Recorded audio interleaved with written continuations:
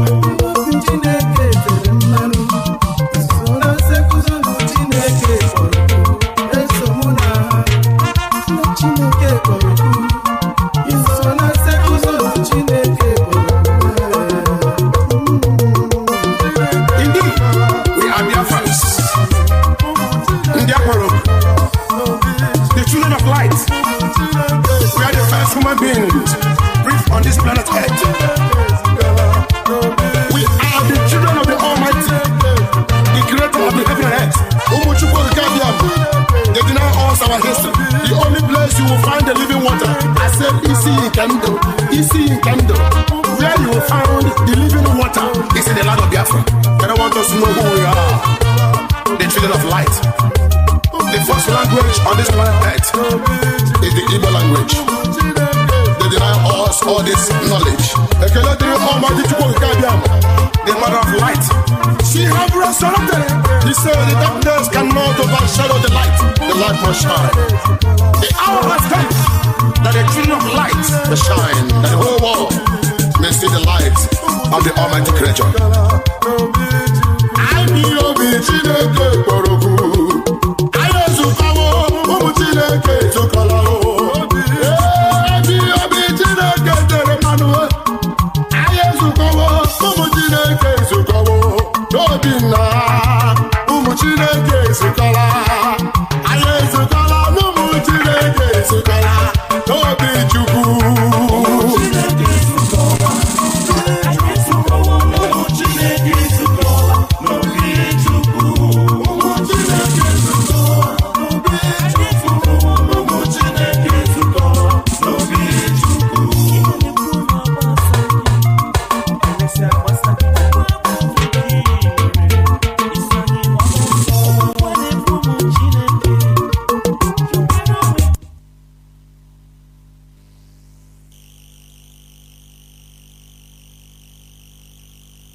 Good morning, good afternoon, good evening, and good night, great Biafrans and lovers of freedom. This is Radio Biafra HAUSA-SERVICE coming to you via the auspices of Radio Biafra London. My name remains Mazi, Jonathan Chinedu from Olu province of Biafra land. We are here live and direct, and today is the 6th day of November in the year of our Lord 2021. We are live and direct. We are live and direct here on Radio Biafra HAUSA-SERVICE. Our leader is Mazi Nnamdi Kanu. Before I continue, we must pray. And our leader will lead us in prayer. Let us pray.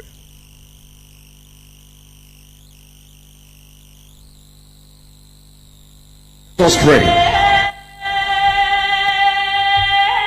For God in heaven, Almighty, the ancients of the ancients, the maker of the heavens and the earth, you created everything that the mind of a living soul can imagine, but none created thee.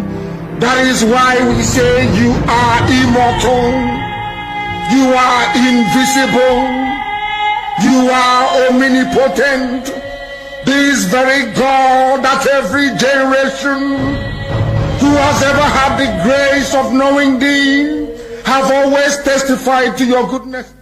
That is the same God that we kneel and bow before. This God is our refuge and our strength, a very present help even in this time of Janjaweed trouble, even in this time of Fulani rage and terrorism. Therefore we shall fear no evil. This IPOB shall fear no evil.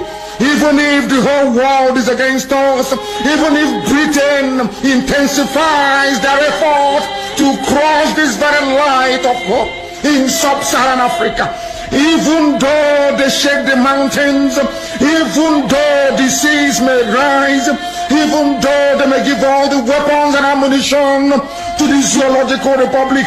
No matter what they do, no matter how they foment their rage, it doesn't matter to us. For God, Chukokika Biama, is in the land of Biafra. We shall never ever be moved. This God of the ancients will help us now and forevermore.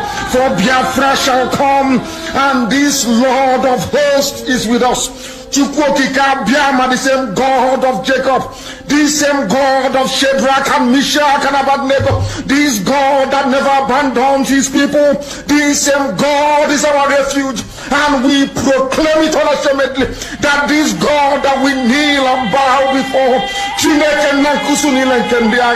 we shall worship thee, for Biafra is your promise, your word is yea and amen.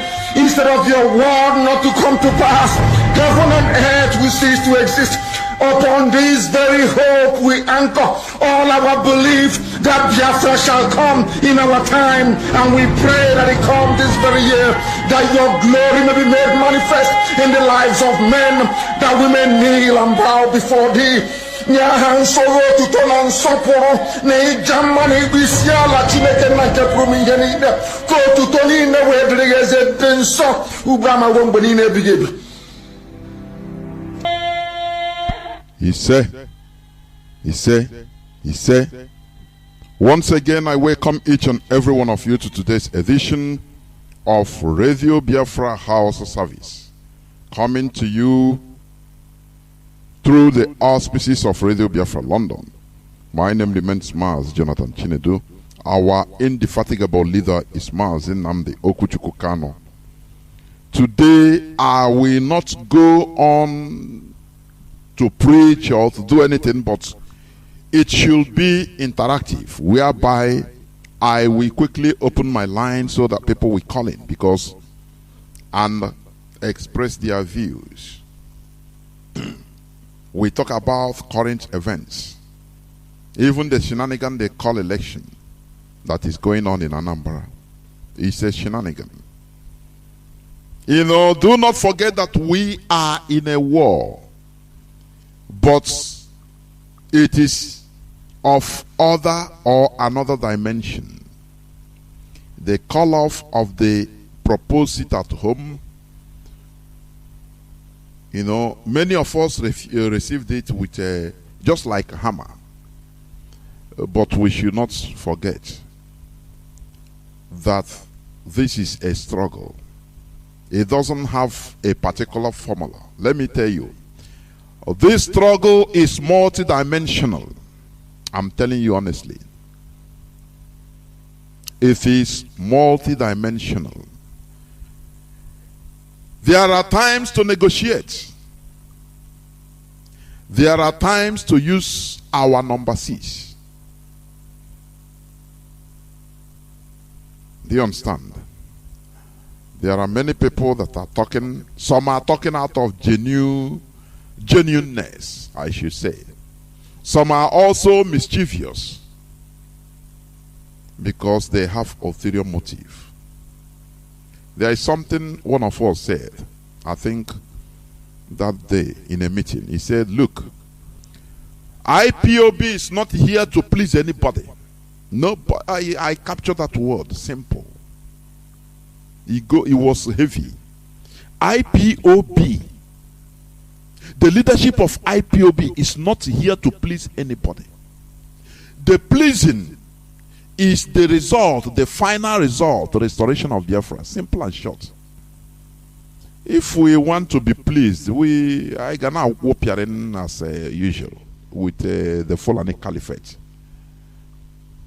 You know, you'll be pleased. Let me tell you, many of us have genuine feeling. It's true.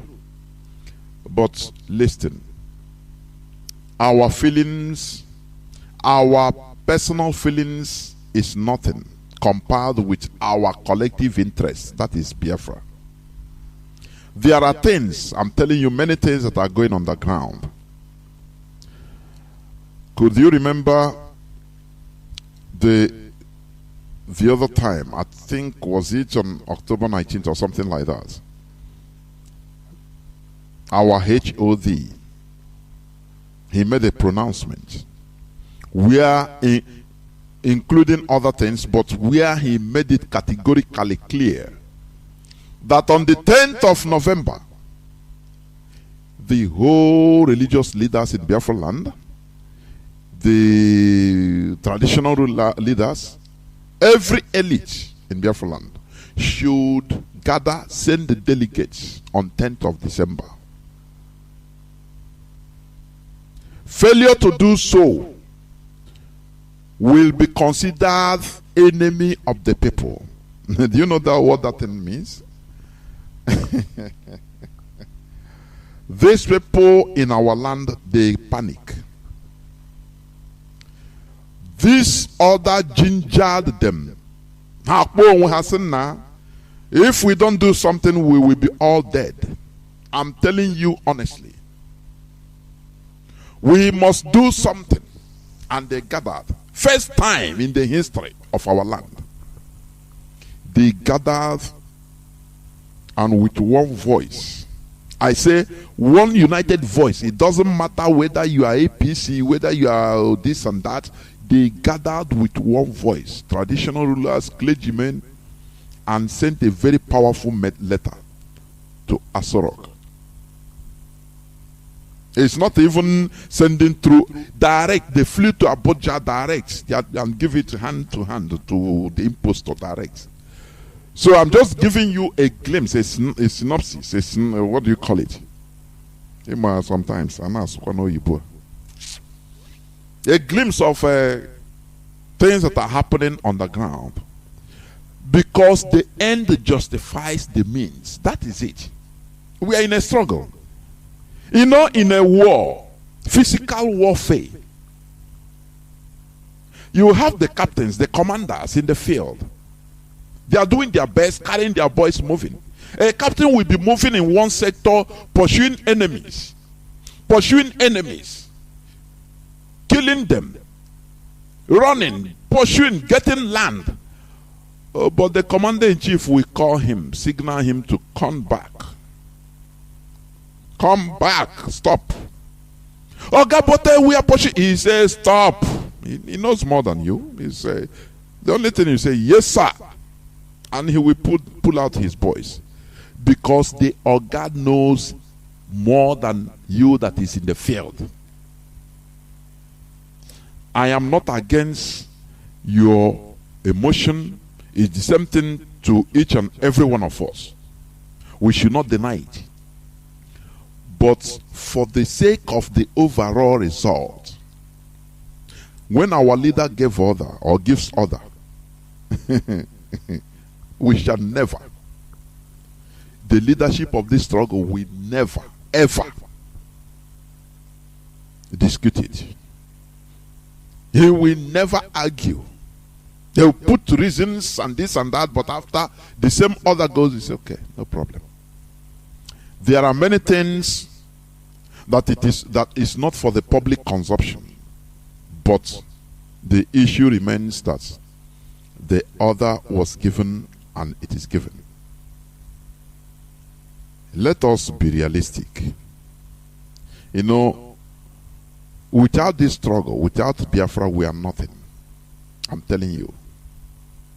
Sometimes when you vex because of one order, you are annoyed, you praise, you want to even sometimes, you know, you receive the order, you want to die of a heart attack, or you have migraine, you have a heavy headache. But please, when you are angry, do not talk. You keep quiet. Because once you are angry, your neurons, they are no more well coordinated with the brain. You can talk or act irresponsibly, something that you will regret later. Do you understand? That is why I advise our people, let us reduce, I'm not saying remove, no, reduce personal sentiment. We have IPOB structure. We are speaking because we have structure. Without structure, everybody we will not even have anything to vomit our emotion into. You understand? So I am not blaming anybody, but please let us be rational. I say this is a struggle, this is a fight.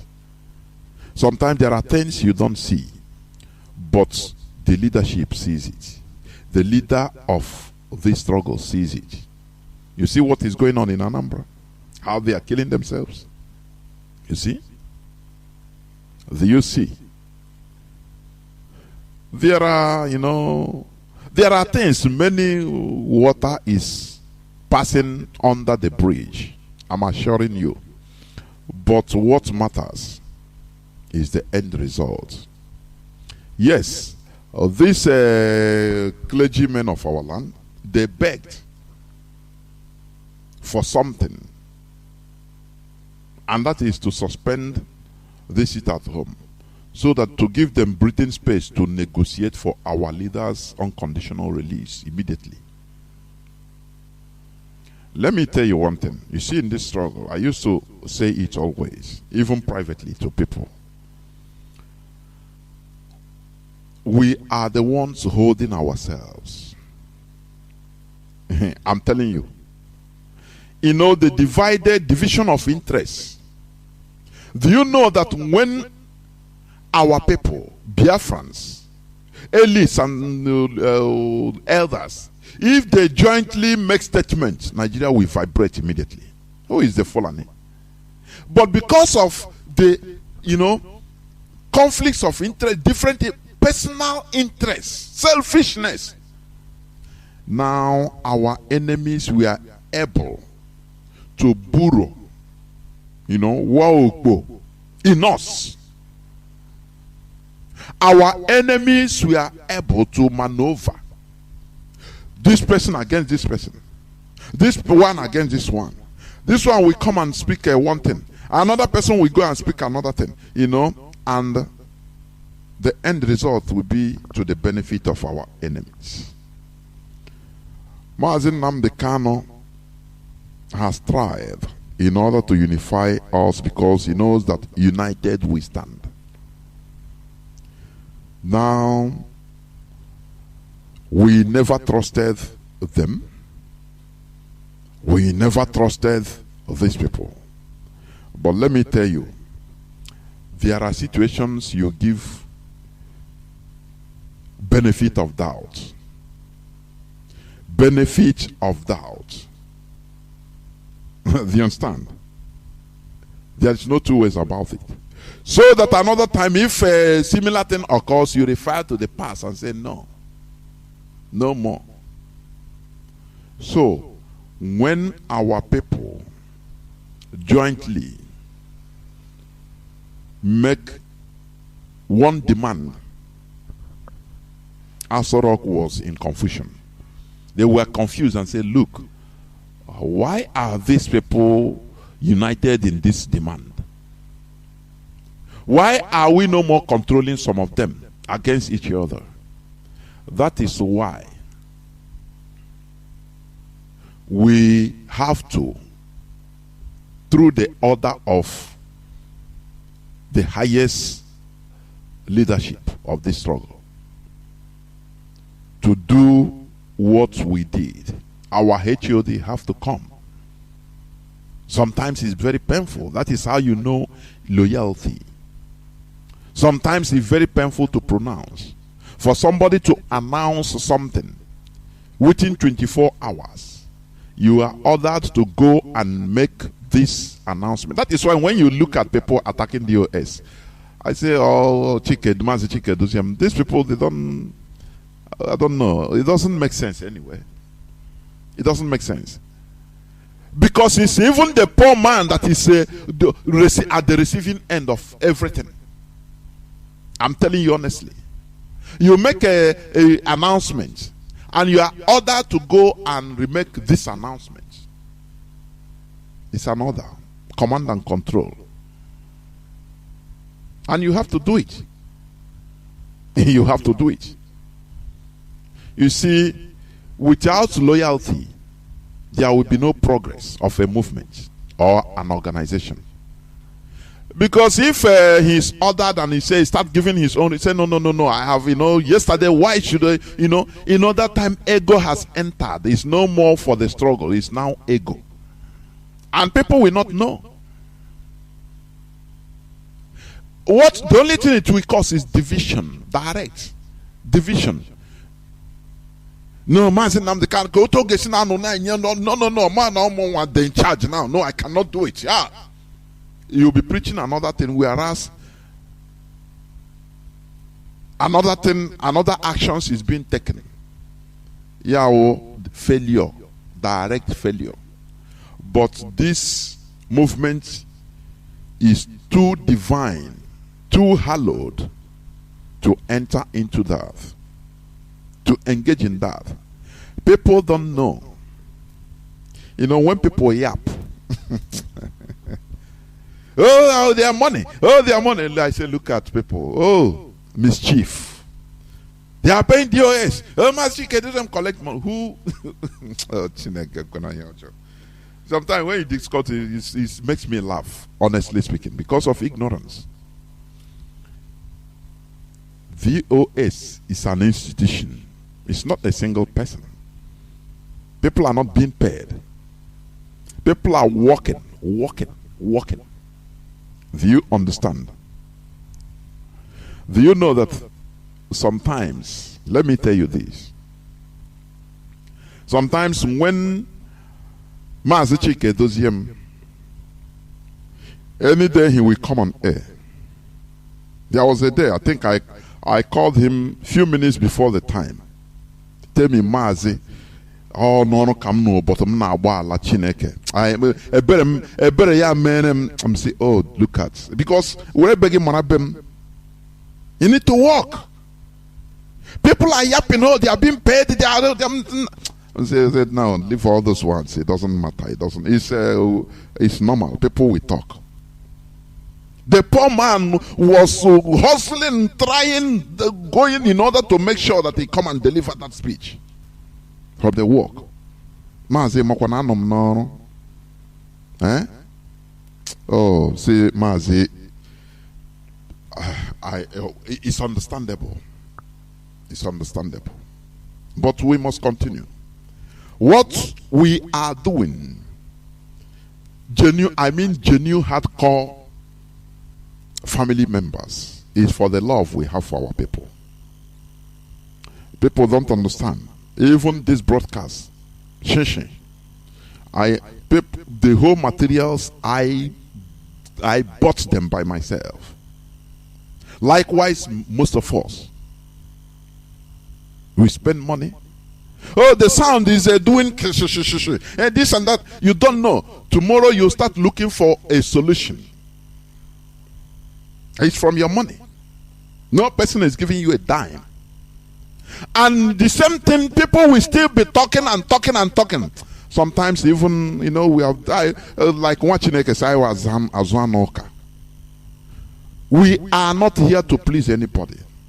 The only pleasing is to do what? To restore. When Biafra comes, that is the end point. Do you understand me? So we must continue in what we are doing. Stop listening to mischief makers. I will read just few headlines on news before I open the line. It will not take me time, but let me tell you, you are permitted to express yourself, but there is something I will not tolerate. You can express your views, but do not if like this they are wrong. Oh, this person is right, he is wrong. No, I will not tolerate it. You can express your views, no problem. If we are discussing, we engage in civil or civilized discussion. There is no problem about it. We are all human beings. People don't understand even how privately people are even annoyed when talking to the leadership. Sometimes even you start regretting, how will you talk like this even? Privately anyway. You understand? That is it. That is why I excuse people, because all of us, we have feelings. But once there is a turn left, there are pilots. For example, you are landing, you want to land. You are guided by the control tower, the controllers. Oh, go 50 degrees, 8,000 feet, 50 degrees latitude, this, they'll direct you. That is the traffic. They will tell you, you are ready to land. They will tell you, no, move more, do not land. Because maybe there are other aircraft taking off or landing, or they don't want collision. Collision. You understand? They don't want accident. You that is handling, you are the actor. You are the pilot. The driver, if it is a Nigerian, is it Minister of Justice, or if the driver of the plane, if you are there handling the plane, if you look out of the window, you will not see no plane, nothing. But the people controlling, they have radar in their presence or facing them. They know the positions of every plane, aircraft. They pinpoint position. That is why they are controlling the traffic, so that they direct you go 50 degrees latitude, 120 degrees longitude, this and that. They direct you, go the height, the way you fly. Maybe you want to land, you quick. They tell you, say no, go round, go more. Because they are seeing things you are not seeing. If you disobey them, it is to your peril, and the lives of people will be lost. Do you see it? Because they have the overall view of everything. Overall view. The screen is there watching. You are watching the screen. You yourself, you are just a pilot. You are not seeing what they are seeing. You understand? So that is what happened. There are many things that are happening. There are many things that are still happening. There are many negotiations. Do you understand? Do you think that things are the same? No. It's not the same. It's not going to be the same. So when the leadership comes and makes announcements, please, you can be emotional, but cool down. Do not speak quickly. And do not go start, because there are mischief makers. There are those, when I look at some people, I don't even give a damn about them anyway. People that knows how to do it much more than everything. And they are talking because of the structure, because there is a structure called IPOB. That is why they are even talking. Without a structure like this, they will not even be talking. Even in their own yapping, they will not. People that are experts in doing things, in fighting wars and doing things. Please, stop listening to these people. And I don't want any person to call here and start telling me what he hear. This person is talking on social. No, please. I cannot permit it. Anything you hear that is itching your ear, you go there, that place you hear it. Go there and regulate it with them. Not on Radio Biafra. This is a hallowed platform.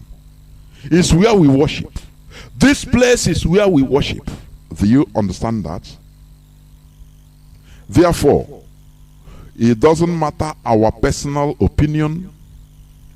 After all, when IPOB is not there, when our leader has not come up with IPOB, people still have their personal opinions. But you talk the ills of Nigeria and enter your house. Highest, if you vex too much, you buy plane tickets, you look for visa and travel. Because that is the solution.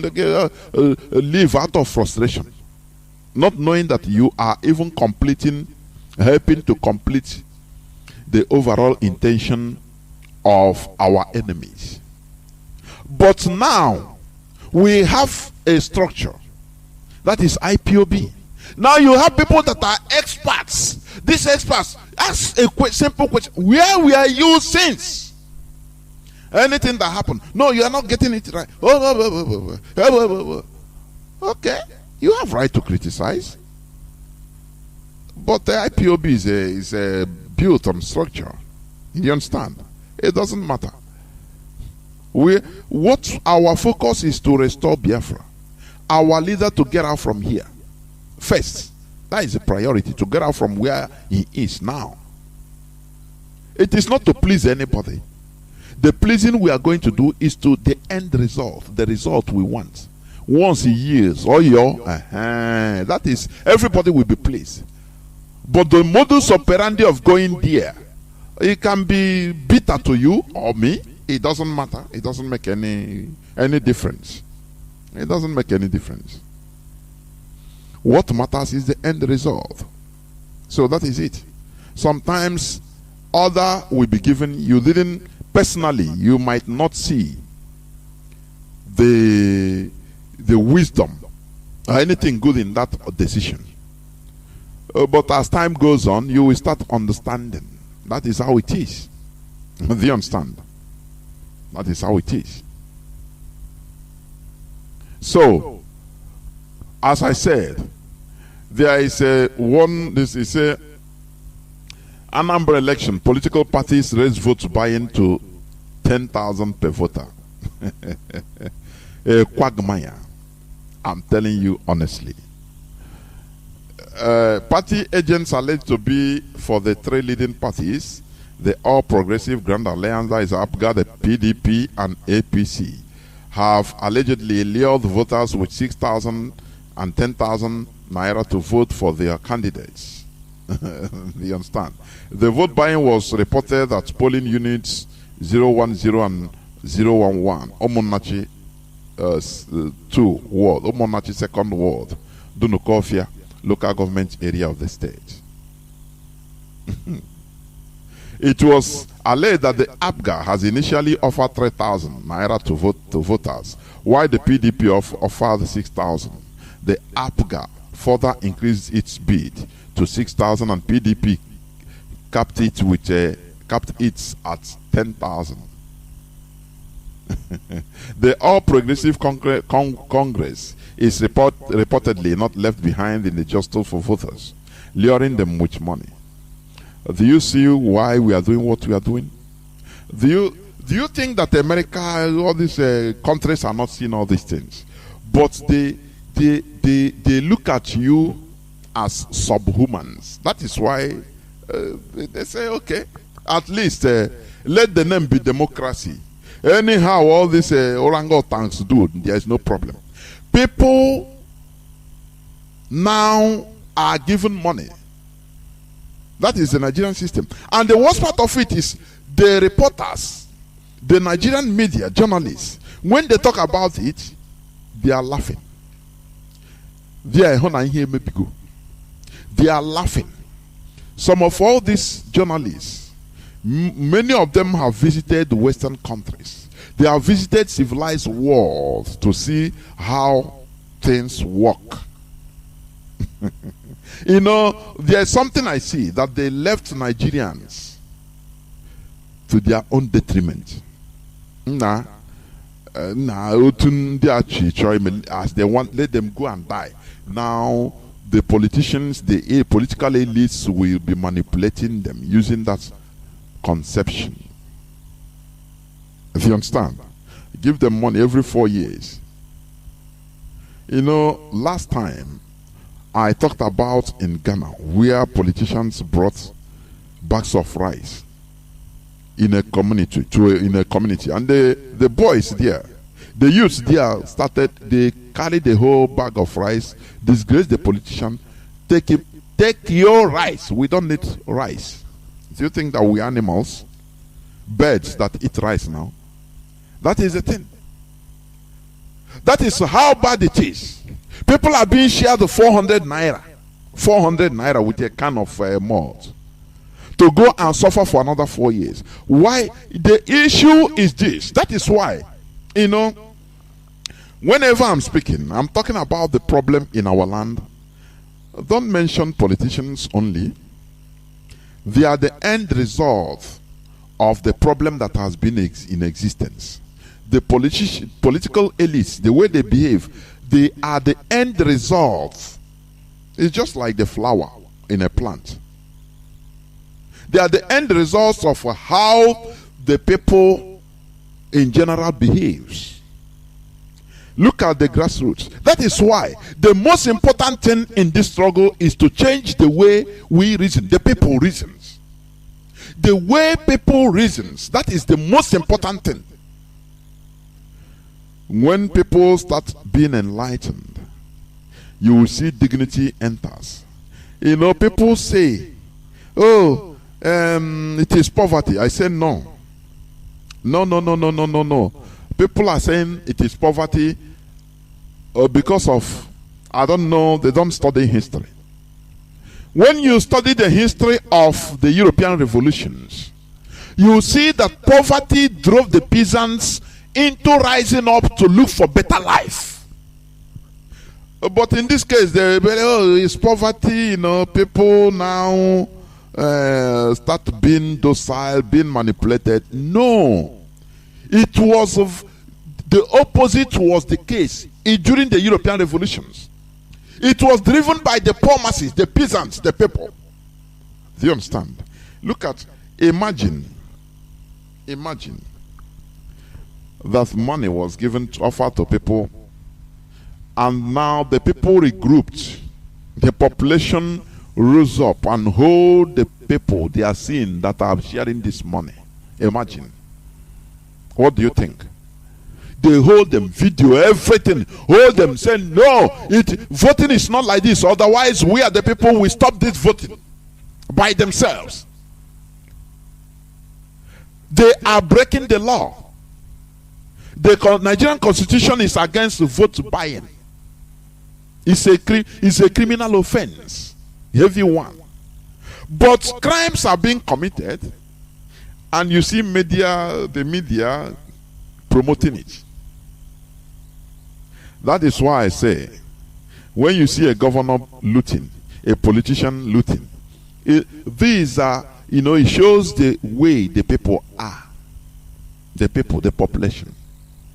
Imagine in a population of enlightened people, enlightened population, that understand their rights, that understands law, the constitution, that what they are doing, buying, you want to buy my conscience, is against the constitution of Nigerian constitution.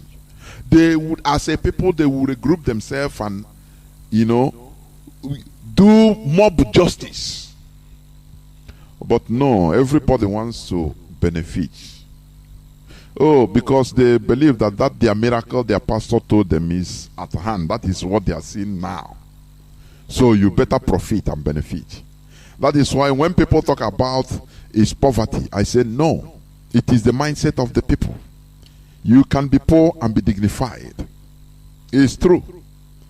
Let us not be, you know, the problem we are having, we are hiding under any guise, anything we can think about. We lay our hands on that there as the problem.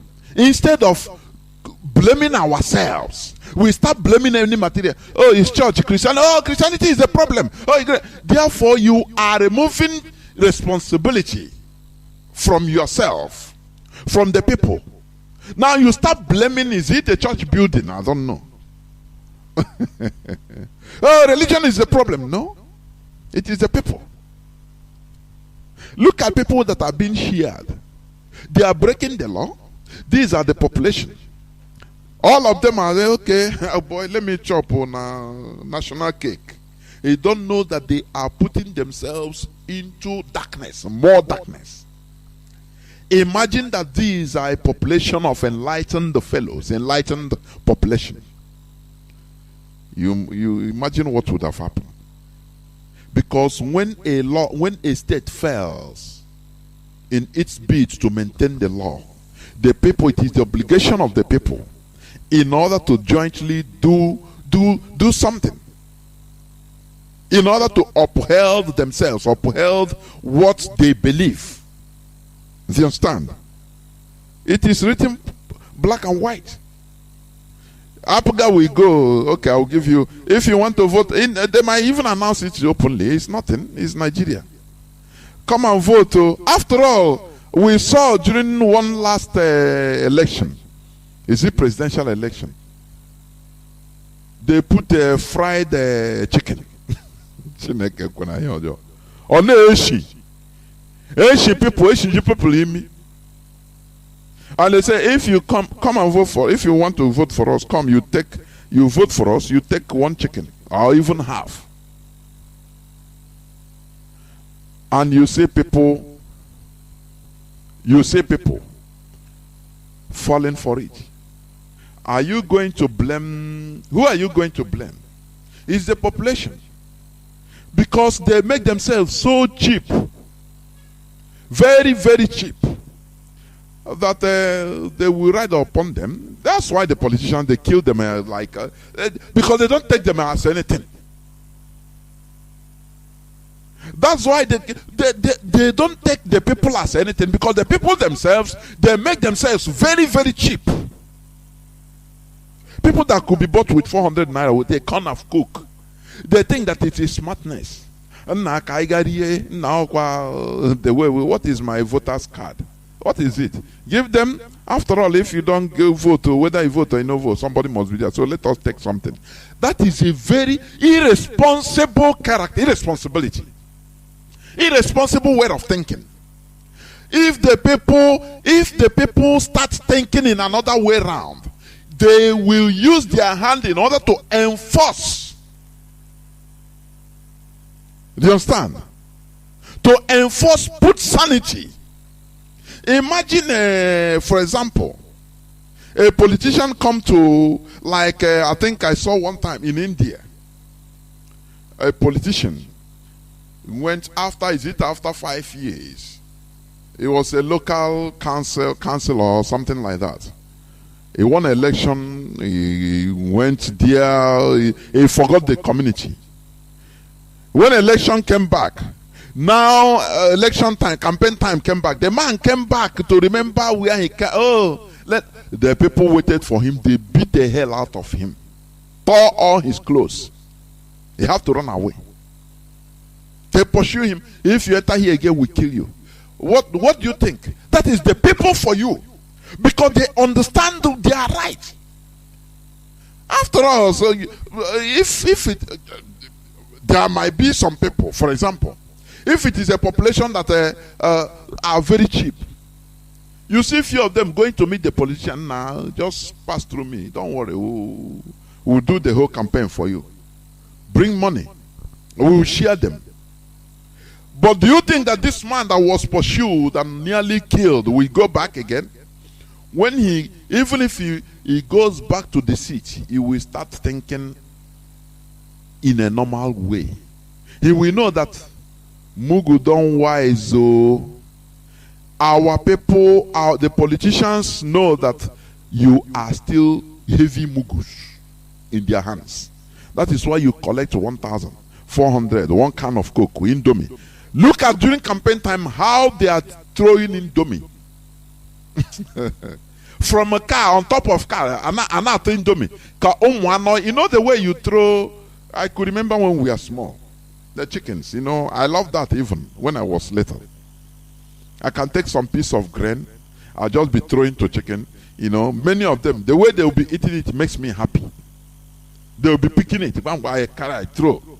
That is the way these politicians are doing, because they know that they have a petrified population without dignity, people that you can buy with money. And that is why you can kill them as you want. Who are they? They are useless. That is the way, I'm telling you, the way these politicians are seeing the population. Because they are people without honor. Do you understand? It is high time we stop blaming this and that, religion or this and that. We blame this, we blame that. Oh, politicians, where does these politicians come from? Is it not from the same set, from the same people? Is it not from the same people? Imagine we have a population that is enlightened. Majority of them are enlightened, politically conscious. Majority, I am saying.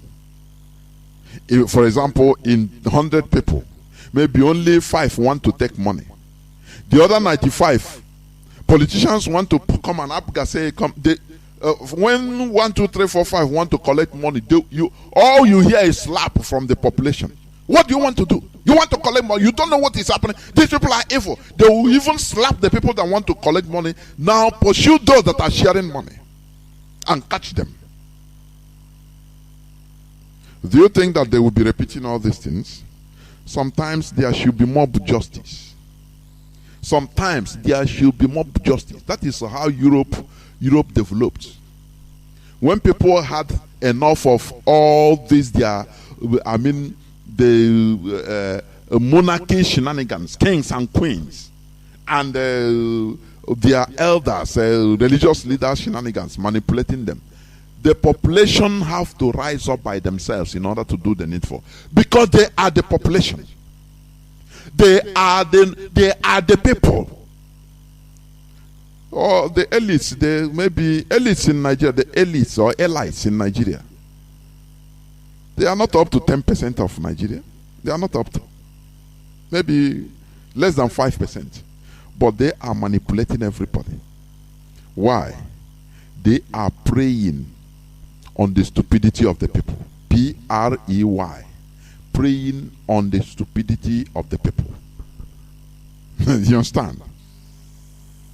They are taking advantage of the stupidity of the masses. That is why they are doing what they are doing. So, I'm going to open my lines. Let me also read this headline. Ondo Amotekun intercepts busloads of weapons in Tiger Nut sacks. Maps 18. Amotekun. Where are the military? These are Amotekun that they demonized.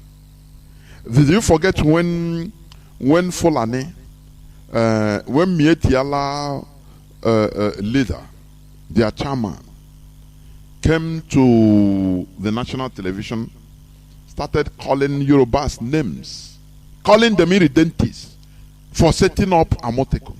This is the reason why they are annoyed. Because they want to do everything with impunity. If you think you are looking up to Nigerian military or security forces to protect you, think again. Think again. They are the terrorists. Fulani has, succeeded in turning Nigerian forces to be terrorists. Look at the positions of non-Fulanis, like Igbo officers. They are spokesmen.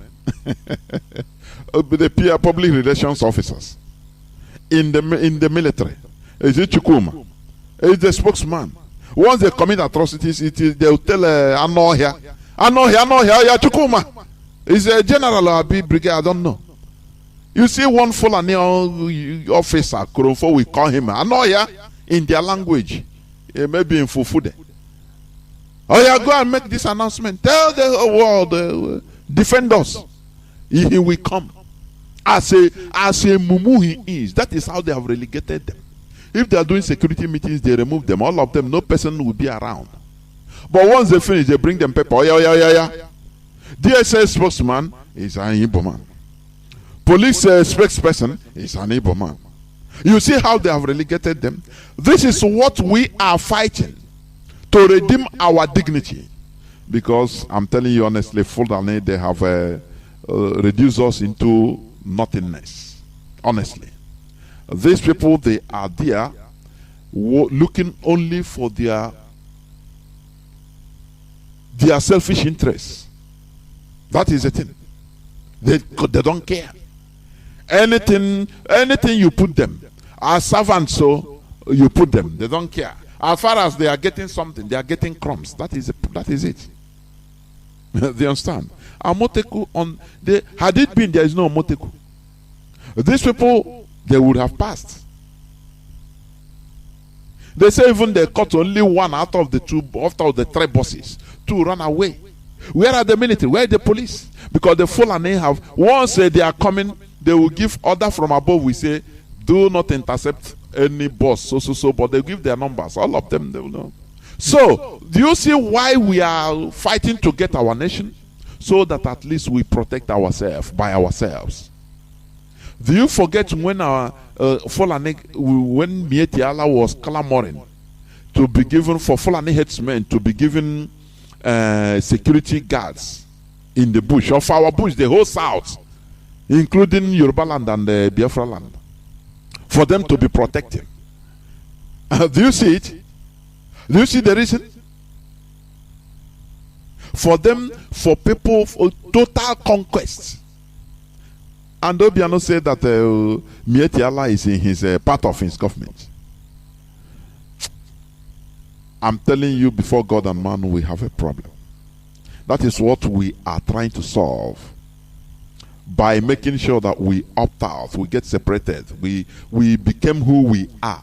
We become go back to our original selves. Without, do you know how many people that would have been killed? Do you know how many people that have passed? The military, they used to escort them. These people, they came from Katsina State. These are the Fulani terrorists. They are telling you that no, we cannot prescribe them. The other day, I think one of them said, one of the Fulani in Asorok, he said we cannot, we are in the process of prescribing them. We are in the process. The process can take maybe 10 years. But IPOB, even the military prescribe them without even going through the process first. Are you seeing what is happening? This is the reason why we are doing what we are doing. Do you understand? Another headline before I open my lines is CBN reduces costs of printing naira. The Central Bank of Nigeria spent the sum of 58.6 billion naira to print 2.52 billion naira notes, valued at 1.1 trillion in 2020. Do you see? They spend more than even the money they are printing. Does Nigeria make any sense at all? No, just tell me, does Nigeria make any sense? That is why every other foreign country wants Nigeria to continue existing, because it's a land of the apes. You know, have you watched that film, The Land of the Apes? It's the land of where it doesn't make sense. You start import. If you want now dry sheet from Belgium, package it, tell you bring it to Nigeria. Tell them that this thing is you use it in order to wash your leg and wash your face. Called Belgium sheet. People will start buying it because it is meant for consuming only. That is why they always heap on, oh, we are big, populous. That's a big thing called Nigeria. It is our force. How dare you say that big thing? It's your force. How dare you? How dare you? Iceland has a population of 365,000 people. Population from president to the last person. There you go to Iceland, you see Nigerians seeking asylum, walking, washing plate, walking there. A population of 365,000 people.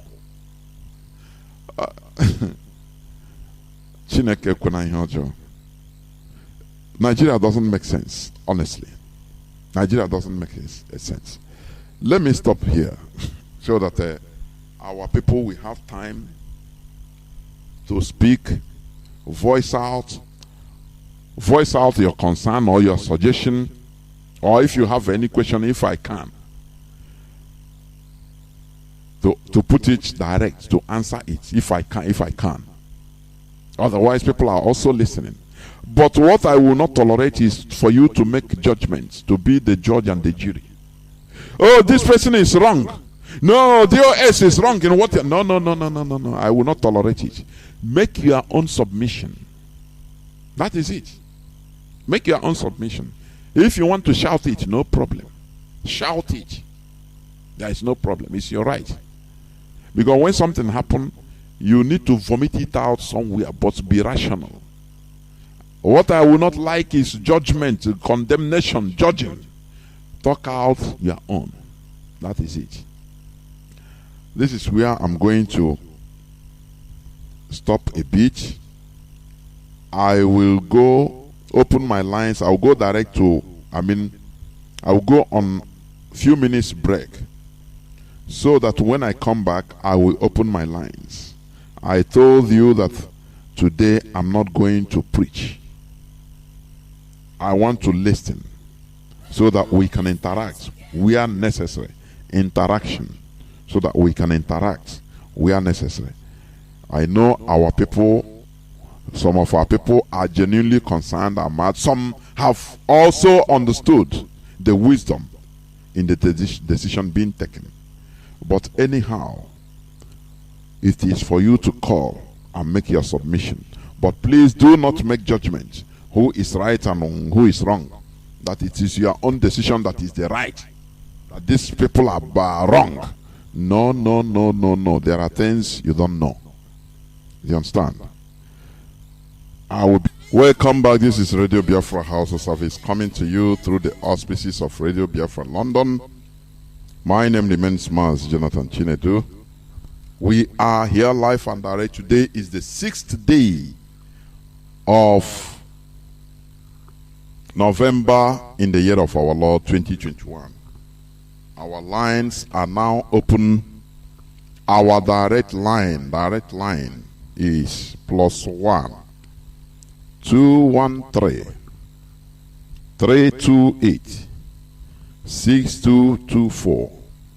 I repeat, +1 213 328 6224. Our WhatsApp and Signal line is +61 405 142 547. I repeat, WhatsApp and Signal line +61 405 142 547. Call us and give us your view about the issue at hand, and also if we can get first-hand information of what is going on in Anambra, it will be accepted. I have a caller, the first caller. Caller on WhatsApp, can you hear me? Welcome to the program. Please start by giving us your name and where you're calling from. Caller on WhatsApp. Thank you, Mazi Jonathan, for giving me this opportunity this evening. My name is Simon. I am calling from Maria Spain. Simon is from Umaka Nalo. Chukwu Kikabia, my bless family member all over the world, anywhere you are residing at times. Can guide our able as in land, the Kanu, wherever he may be. Protect and guide him. Anything that goes into his system, may he not be anything that will destroy him. May he bless the water, the air he breathes, so that he come back strong with victory. Say? Mighty name of God, praise you. Mazi, thank you. And I also want to use this opportunity to thank DOS members for their wonderful decision and partners. Like Mazi Jonathan is it. This is freedom fighting. There is no way it is written in the book that this is the way it goes. Like our leader talked, we are a quasi-army. This is a freedom fighting. Biafra, we can do it. Freedom fighting the way it is. Some politician, he might not like it. Because the day they make the announcement suspending IP seat at home, a lot of people, some people said a lot of things, but I tell them, anytime this type of thing happen, where there is something behind it, what do you think is going on in Anambra State? Do you think it's an election? It is not an election, it's war. Lai Mohammed, a lot of them boasted how they want to destroy IPOB. And they are doing this, investing millions on it. Our people don't know what's going on. And they want us to go and play in the hands of our enemies. But Chukwu Oke Abiyama will always shame our enemies. And I want to let every one of you, anywhere you are, you say you're IPOB member, you're a Biafran, and you struggle. But you are every time doing something you know that is not supposed. It doesn't matter. I don't want to mention anybody's name. Mazi, what's going on in our place and what politics do we play? Sometimes our people don't know about it. They don't really understand it. I was opportune to meet some people those days when I was here in Europe. But Mazi Jonathan, do you think they have presidents? They don't think about this. Not just one president. This thing going on. Muhammad Buhari I met in London for 2015 were arrested. Before he walked in Chatham House, where the decision of what is going on with the Britain use and destroy anybody that want to do it in Nigeria. They call that place that Chatham House. That's where it's where that man, the Pangala man, the dying man, Tulumbu went and bring up. But you don't know that he's a very smart, more than him. Mazi, I don't know what's happened. I don't know update much what happened in Anambra State. Well, let us be watching. You see some police people protesting. I think you have seen the video, Mazi. Oh, Fonya Burego also is a planned something with others in the high place. It's not that single person.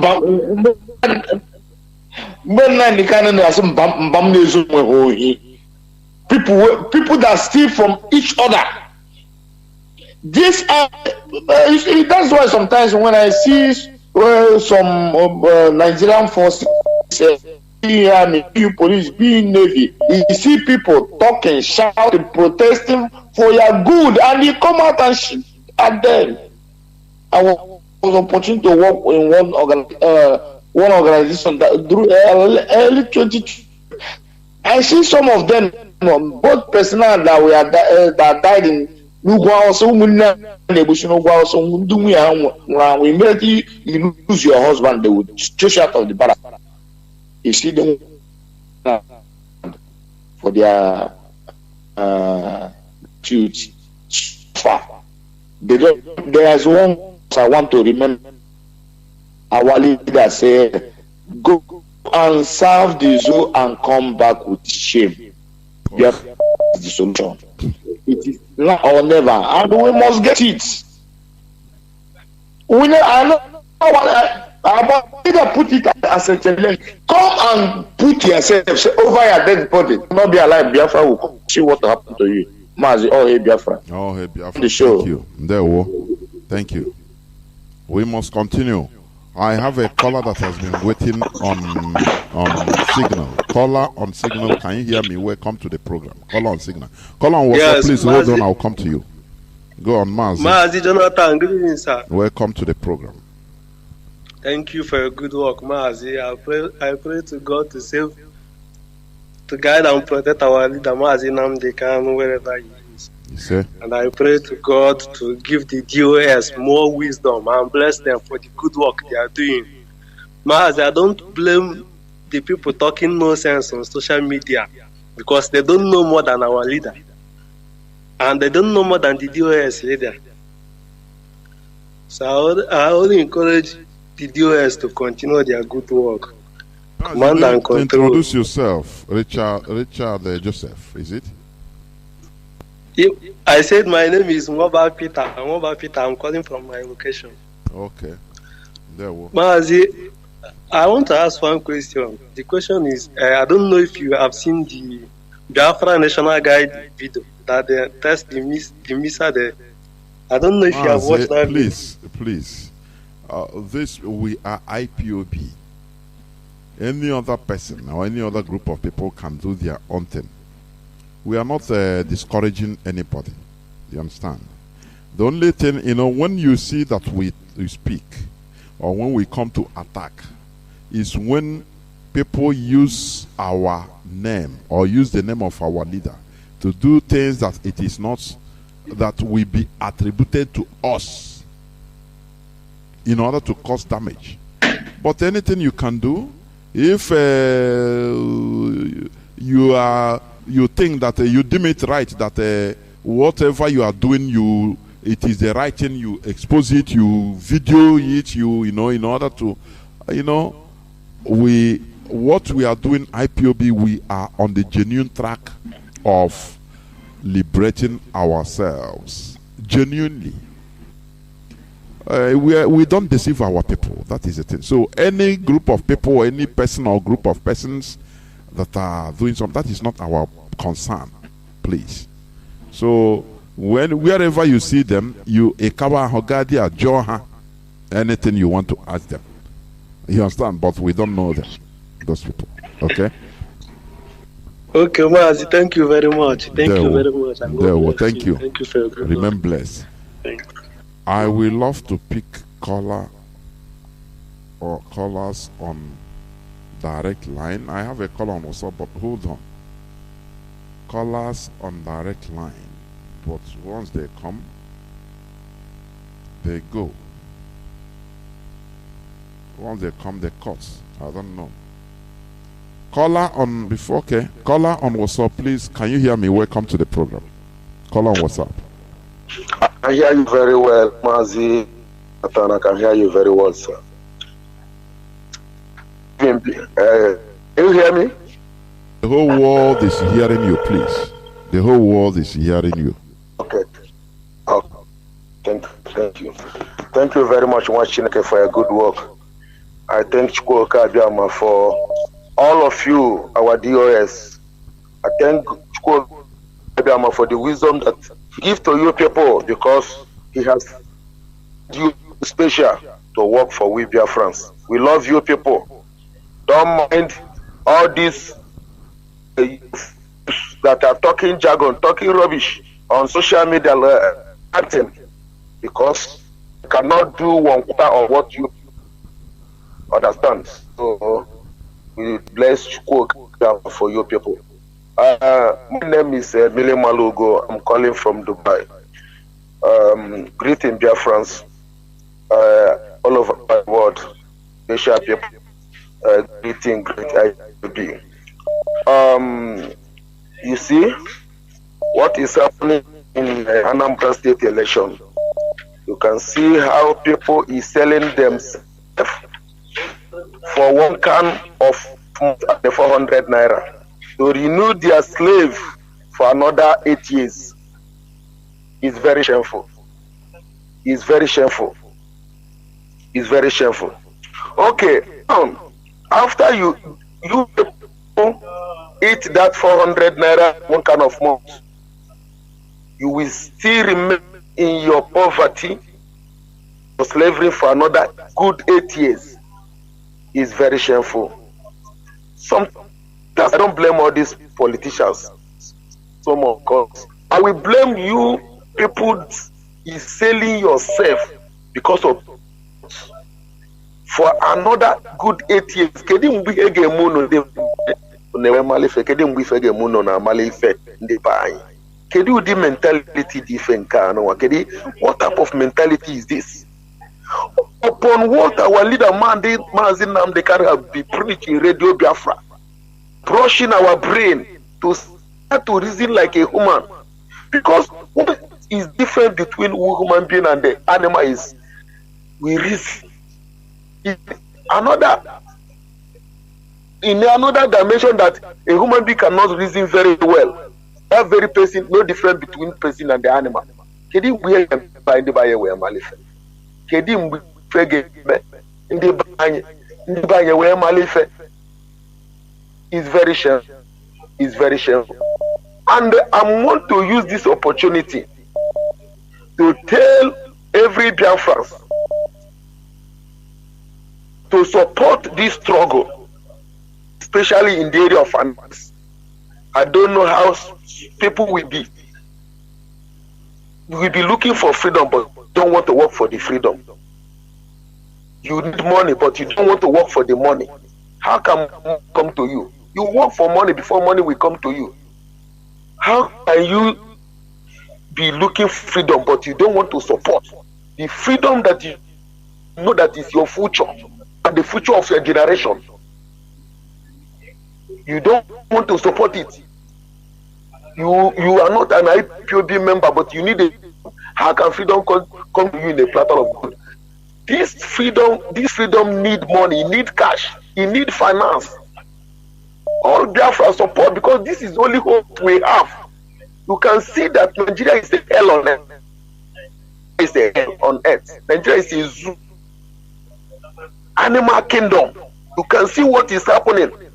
You can see how they are giving money so that people will vote for them. It's very shameful. No future, no hope. They use hardship and they slaughter us all over the world. We think that we in abroad. All these places that we are in abroad, how many of indigenous of this country that we are in their country is in our own country? How many of them? They are in their country. If your government is not doing well, you are on a hell. Your government is the second government that we see in this world. Please, my people, our eyes open. Biafra is the only hope for we, black people, we Biafrans, we Africa. Biafra is the only hope we have. Without Biafra, we are finished. See how we scattered all the world. How we scattered all 70% of our youth now is outside the country. Why our women not getting married again? Because men is looking for green pass all over the world. Our women going to prostitution. Mazi, I have somebody on direct line. Honestly. Thank you very much. My brother, we must get Biafra. We must get Biafra. We must. Thank you very much, sir. Thank you, Mazi. Thank you. I have a caller on direct line. Mazi, thank you for being able to hold on. I know it's not easy. Mazi, can you hear me? Call on direct line. Call on direct line. Can you hear me? Hear me? Yes. Go on. Yes. Mazi, can you hear me? Yes, it seems. Yes, I can hear you. The whole world is hearing you. Go on, please. Go on.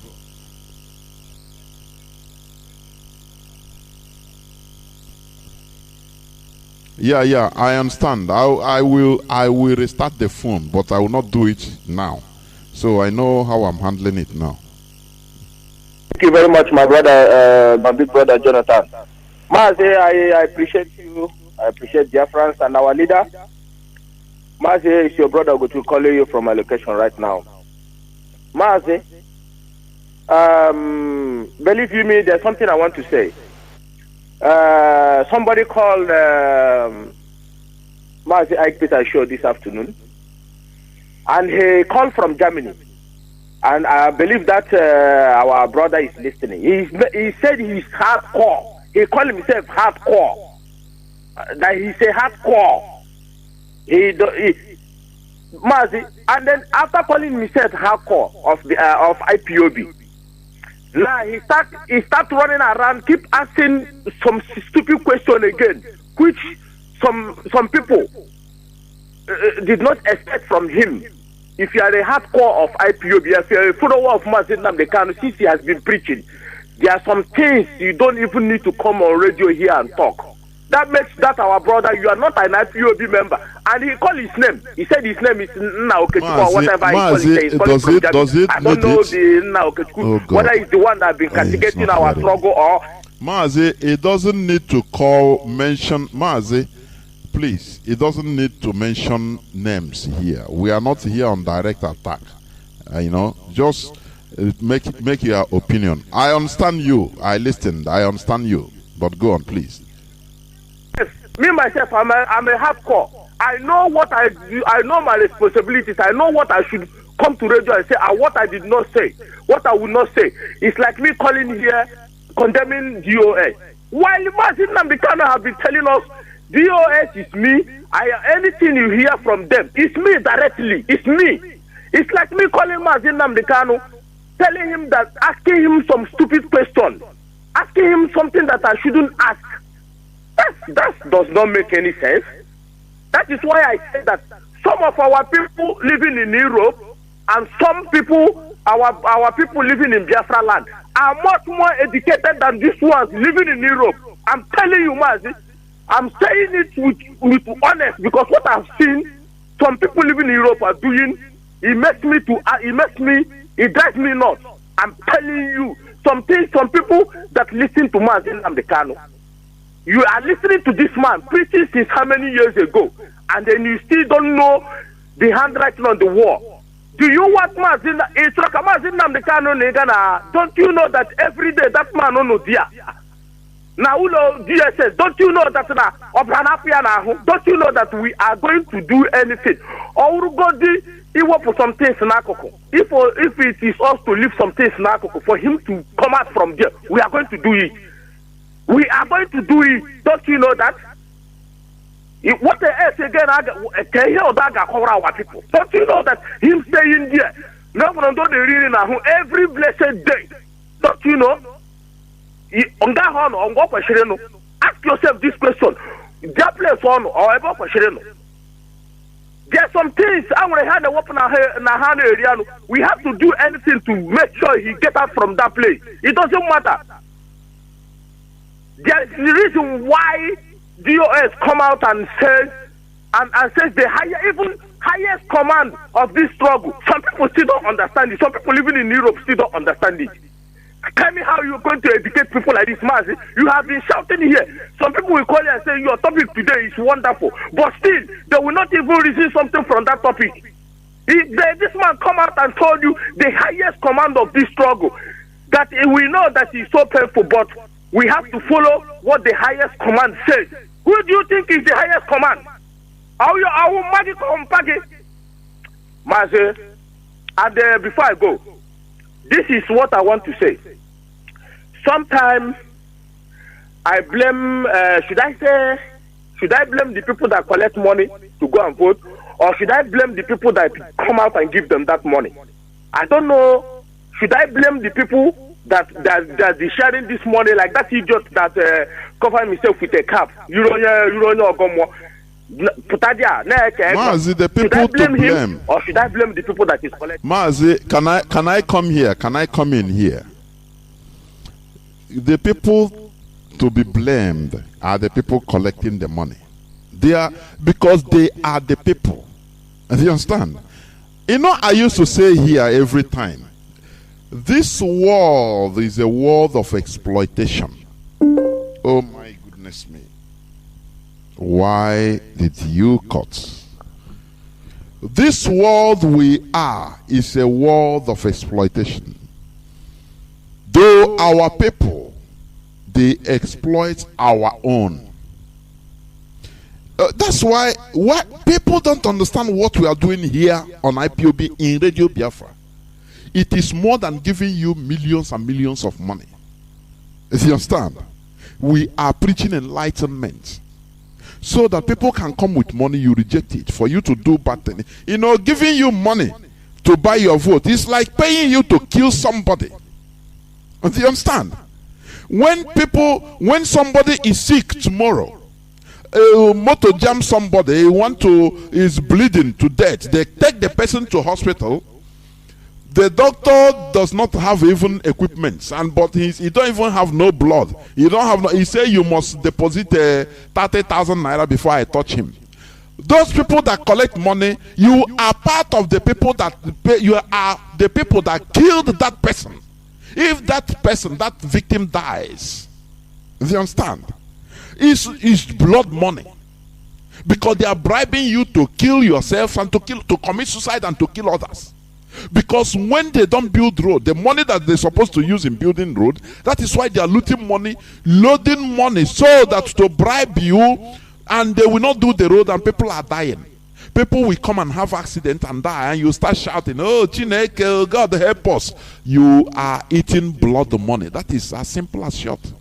That is it. I have a caller. I don't know, Mazi Ugochukwu, I don't know. Is it your airtime that is finished? Or I don't know. I have a caller on WhatsApp. Caller on WhatsApp, welcome to the program. Can you hear me? I can hear you, Mazi Jonathan. Good evening to you, Mazi. There, Mazi Ugochukwu, I think. Yes, yes. From your voice, greetings to you, my beloved brothers and sisters. May Chukwu Biama, our precious King in heaven, continue to be with every one of us for standing on the side of the truth. My name is Ugo. See, just as you said, when it comes to what happened today, I want to make it clear that I see it now, the raw foundation of Nigerian electoral vote, or what we call it, the people were supposed to be blaming at this point. You know those people that is collecting money, they are blamed.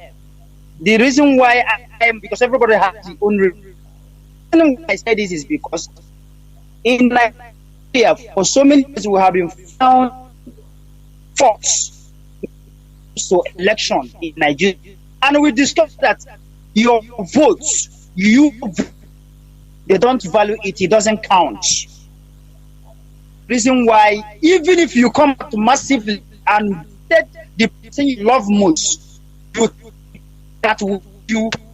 that you think that will do that, fulfill his promise on you, Abuja will remove that person and put the person of their own choice. See the reason why I'm telling you that your vote doesn't count. You came out to massively and you voted because you love such a person. There's people is making head your Imo stage. At the end, I'm telling you one thing the other. I know that the election is inclusive because what you want is not what is taking place. They have discovered that your vote is massively, and the person that definitely will matter out as a winner. Then they will tell you that they own the country, they own the system, they own everywhere by removing that your vote and putting the person they love. So at this point, you as a person, as a citizen, are you supposed to continue to engage yourself in such activities? The answer is no. If you can use your tongue to punch your teeth, if I myself, I cannot continue to do something that I don't benefit for a good. Every time you continue to do that, what people are telling us that your own benefit is that money that they are sharing, and that be the reason why I'm saying I will blame you, because 2, 3, 4, 5 years you will be shouting and you forgot that you collected money. Another people again, like time I said, Mazi, that anybody see that is in the radio or you hear him in the radio station saying, "Go and get your PVC, go and vote. Let us go and vote." Go and check that person very well. One way or the other, it's an agent. I said that the person that made us to know this is our leader. That none of them that is not benefiting. The ones that will be for you and they will share the money like when Mazi just described. When they are throwing to fouls, that's the people that money is given to. They will carry the money to you, and at the end you will start lamenting. I want our people to reason. There's so many people today that is opening up their mouth and talking so many things against the indigenous people of Biafra, talking against our Mazi and Kanu, as if that what we are saying is not true. You all know this as a truth. That the system is very, very corrupt. What the Jews supposed to do, they are supposed to do. They're supposed to listen to the masses and hearken to the voice of the masses by what the masses demand. And what is that? Every corner in the zoo, they are lamenting one thing the other. Why a particular tribe is trumping on other tribes, making them chat and telling them that you are nothing. Is that supposed to be that way? When it comes to one Nigeria, all of you will come out and say we are one. But what makes you one, you will not prove it. I want to say this before I go, Mazi. It's our people, the indigenous people of Biafra, Nnamdi, established POB with God gift on him. Chukwu Kabiama gave him that wisdom for him to do whatever you see him doing today. Chukwu Kabiama is the one that brought him. If you are among the people, you are a member of this family before, part of this family, you start causing an innocent people, like the directorate of state, innocent man, Nnamdi Kanu, that didn't do you anything, and you join a particular group, continue to cause this wonderful family. You are bringing a cost to yourself. The reason it sounds this way is because there are people who claim a member of this family before. I don't know what happened. They left. Then instead of them to respect themselves, they are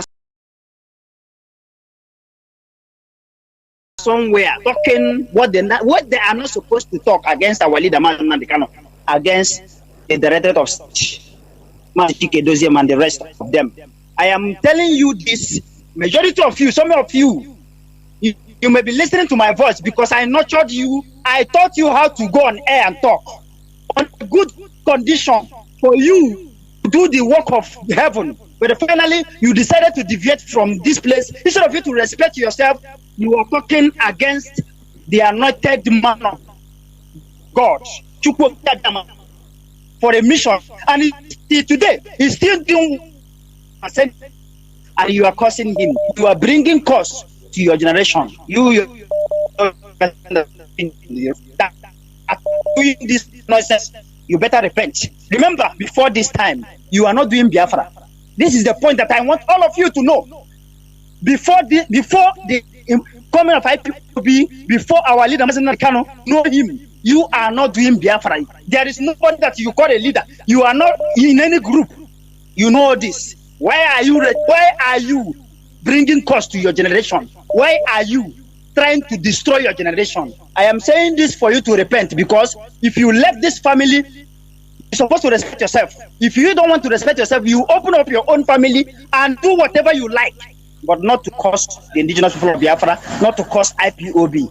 The victory of our salvation remains our goal. And Chukwu Abiyama, that is in heaven, bear us witness that we can never relent until we get what we need. Mazi, thank you so much. Yeah, well, thank you, my brother.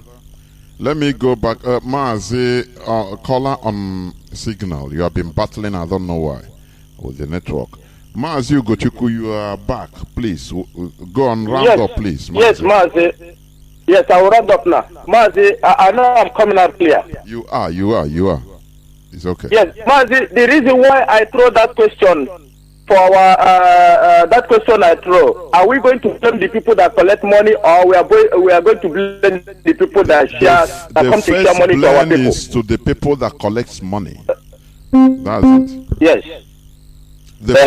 I don't know. If you allow me to, if you want me to expatiate a bit, because these are the people. They can change these people by force. They are at the receiving end.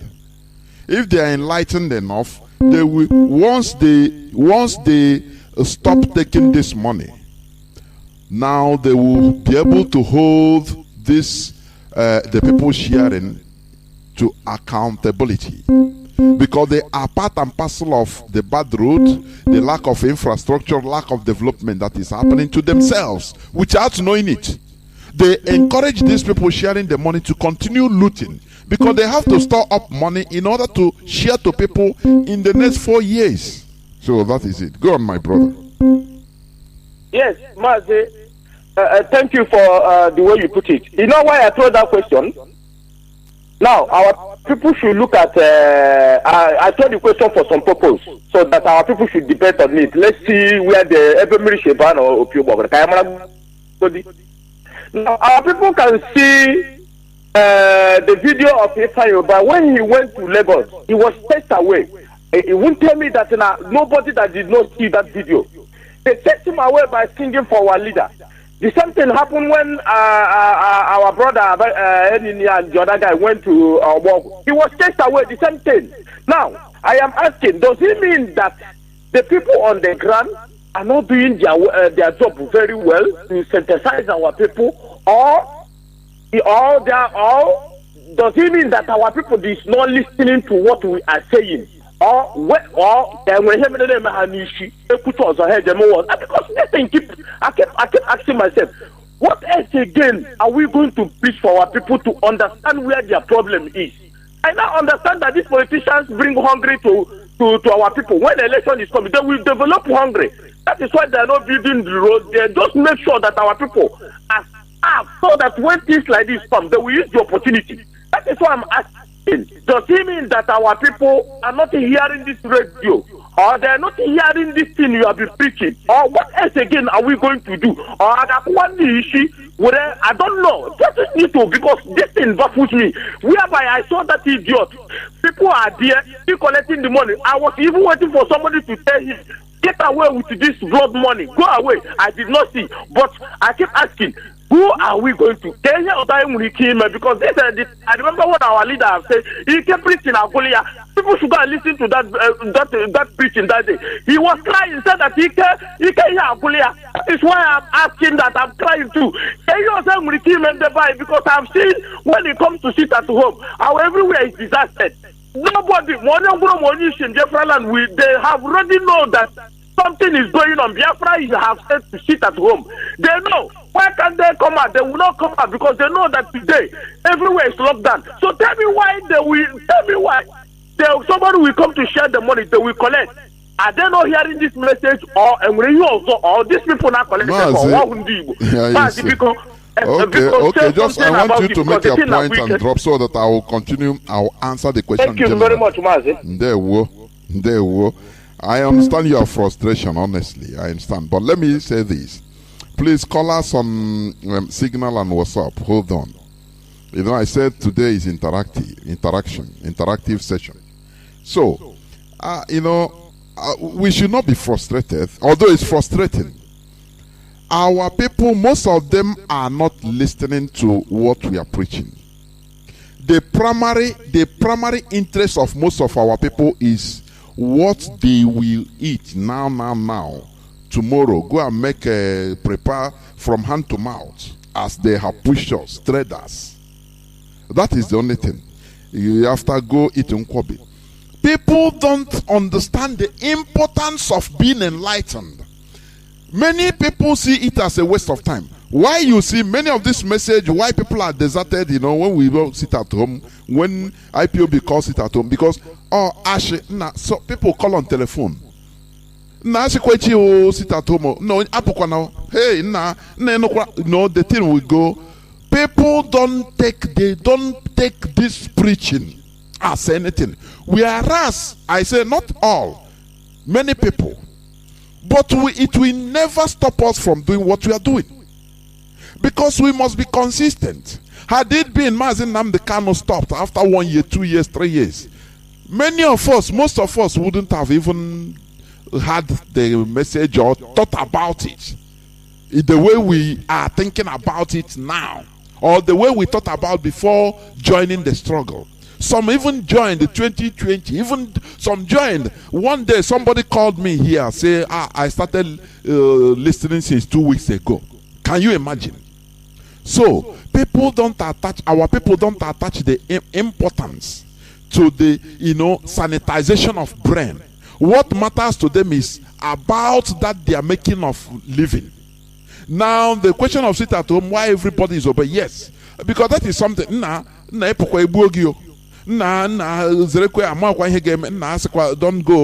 go. And they stay. As they are staying, many don't listen. Many that have the opportunity. That is why they go on listening to gossips. They lack the wisdom to attach. They don't have deep understanding of, it's just like somebody that is going to school. After primary 6, he said, I want to go and make money. What am I suffering myself going to school? He didn't know that going to school will make him even more wealthy in future. He will suffer, but he will gain. Do you understand?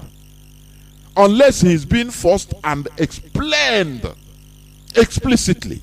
That is the same thing that is going into the mindset of most of our people. The people that are collecting money,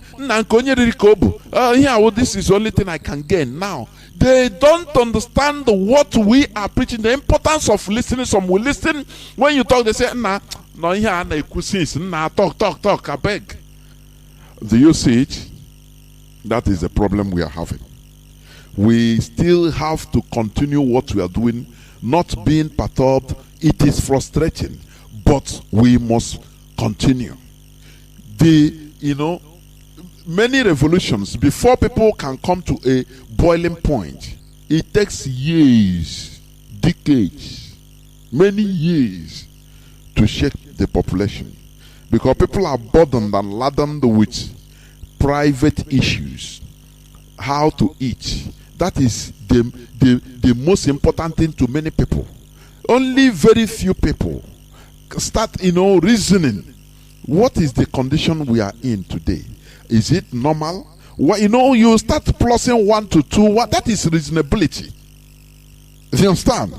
When you start looking for something, you don't find something without looking for it. It's just like the Ethiopian eunuch that was reading. He was reading the scripture, but he didn't understand. Now, the angel told Philip, go, somebody is trying to look for knowledge. You must try to seek for knowledge before you get it. If your job is just to eat, find what boutique, this and that, it preoccupies your mindset, your mind. You will see other things as it doesn't matter. And that there ends it, this world. The Ethiopian eunuch was helped by the Spirit because he was looking for wisdom, seeking to understand. That is why they say, knock, it shall be opened for you. If you didn't knock, no person will know that you need the door opened. You come, you stand at the door. You are not knocking, just stand there. You are not knocking. No person will open for you. You need to knock before somebody will hear the knock and open. You need to look for knowledge. You need to know that, look, the situation we are in, no matter that I'm looking for money, no matter that I'm making money, but there's a problem. Now you start reasoning. Many of us that really hardcore, we understood right from beginning onset. I myself, I understood that there is a problem in Nigeria. Right from my very tender age, I understand that. I really understand that no. Until the episode that personally occurred to me, I confirm that, we are not part of Nigeria. So there must be this thing, this quest to look. And when you look for it, you find. But when you are saturated, when you don't need anything, you are looking for money only. That is where your hope and mind is. You'll be making it and you think that the world is like that. It's okay. After you don't, people preaching what we are preaching, it will not make sense to you. Say but you don't know that is the most important thing. Caller, I have a caller on signal. Caller on WhatsApp, please hold on. Let me first take a caller on signal that has been there since 12 minutes. Caller on signal, welcome to the program, Mazi. Thank you so much. Am I coming out? Am I coming out clear? You are coming out. You are coming out. Go on. Yes, I have been battling Yes, with my gadget. Yes. Thank God, finally, it went through. Mazi, the truth about we must continue to do the needful, because this time around it's not something that we are going to fold our hands and begin to watch these sinners and us to distract us in what we are doing. Before I proceed, my name is Mazi, and I am calling from Austria. By the special grace of God, I am the IPOB National PRO. The truth about it is that our DOS, Mazi Chinedu, on Thursday evening, and now made an announcement that every hardcore IPOB should understand the needs or the reason why we are fighting to be free, or the reason why we are sitting at home trying to let the world know our plight, or trying to sell out what we want to gain by sitting at home. We are not sitting at home because we just want to sit at home. We are sitting at home because we want our leader Mazi to be released unconditionally. And Mazi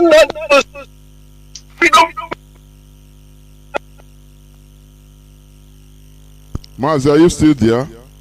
search, supposed to search to get what we want, and this DOS that is managing the affair of this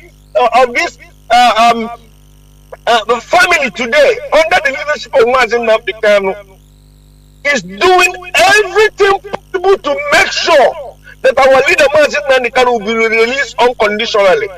Ndị be anyị na ọ dịka nwa isi ibulie ya elu nsogbu, ibutu ya ala nsogbu, ebe ọ bụla idobere nsogbu. If you tell them the reason why you want to do something a problem, they will tell you, oh, don't tell us, you are leaking our secret. If you don't tell them, oh, why you don't tell us, we don't know what is happening. They have sold out, they have collected money. But the same DOS are the ones that will put the shit at home. Our people will say, oh, thank God, we like it. But when they see a reason to say, let us stop and get what we are looking for, our people will be complaining again. I don't understand. Please, our people should wait. We are in command and control. Before you see DOS make a move, know that there is something fishy. In due process, you will understand the reason why they do what they do. Our people should be patient enough to understand that we are not yet in democracy. We are in command and control. And if you don't like what IPOB is doing under this command and control, you have every right to go and form your own. I mean, do whatever you want to do there and leave IPOB alone. Our people knows that DOS is working very tirelessly. They are working tirelessly to make sure that our leader will be released, even tomorrow, even now as I'm speaking. And when order comes, and you know they are loyal to our leader Mazi Nnamdi Kanu, you people should still know that Mazi Nnamdi Kanu is still alive and he's still in charge of this family. He's still the man giving the order in this family.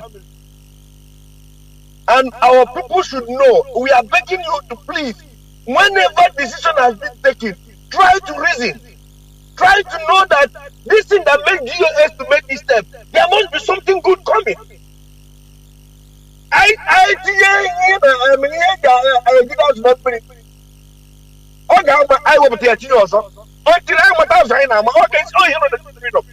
We will look for this freedom. It doesn't matter any corner. We have to look for this freedom to get it. It doesn't matter. Anywhere we see road, we put the head here. If you go and this one, we come back and take a different channel.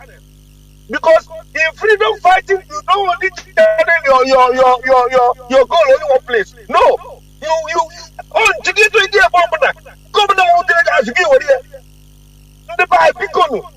Let's understand that this DOS is what these people are. Some of them not sleeping in most of us are snoring in the night. Let us understand, and I know they help us. No, it's only this on 2020 IPOB from your COVID-19, so-called COVID-19 IPOB coming in social media, is stopping our people. And those of you that are insubordinate in this struggle, we are not forgetting all we are doing. No. Don't think that tomorrow you say, "Oh, Biafra, please forgive us." After causing harm, after the US will say something, some people will jump up and be saying wrong of you. A time will come, there's nothing you will beg us that will forgive you. Even Mazi and the actions to forgive you will not forgive you because they are causing the IPOB. Please get away and go and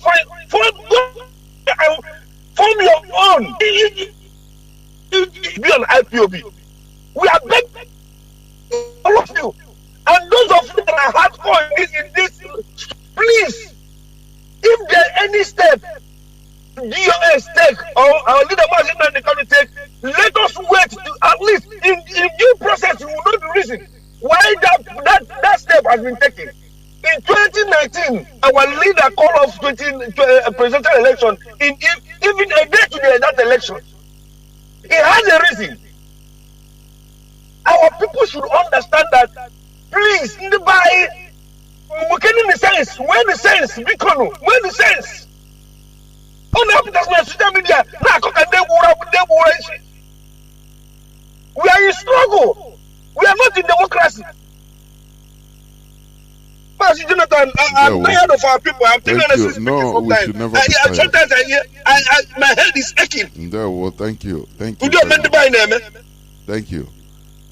Thank you, my brother, for giving me this opportunity. God bless you. And you too. Thank you. We should never be tired. Let me tell you one thing. You know, as I say, we should never be tired. People have the right to be emotional. But now when it is no more only emotion, is when you through that start making unwarranted comments. You know, that we go onto insubordination. In the military, your superior can command you to do something. You know, you don't like it personally. You might be grumbling, but you are doing that thing. You might be grumbling to yourself, not to him. Because if you grumble to him, it is another thing. It's an offense. It goes against the rule. So our people can be emotional, all of us. But as I said, once you're emotional, you better keep quiet. Don't talk, just keep quiet, go and sleep, go and do another thing, you know, in order to audition yourself. Do you understand? Now, but when you continue, you know, through that, you start yapping, blaming this and that, there is no more only emotional. You have another thing in mind. Because there are people, the information at the disposal of our leader and the leadership of this struggle, you don't have it. There are things that will happen. As our brother said, we are in freedom fighting. We can go through this way. We see where we enter, you know, no road, we come back. We get another way. It's like that. We are fighting. People should understand this. It has no formula. Mostly our situation as Biafrans, there is no formula. Maybe use quadratic equation, use a algorithm, use this. No. It is decision of the time, the situation you find yourself, you do it. It decides. The situation at the time decides brings up the decision to be used at that. That is it. I have a caller that has been there since going to 20 minutes. Caller on WhatsApp, welcome to the program. Can you hear me? Yes, Mazi. Good evening, Mazi. There, welcome to the program, Mwada. Mazi.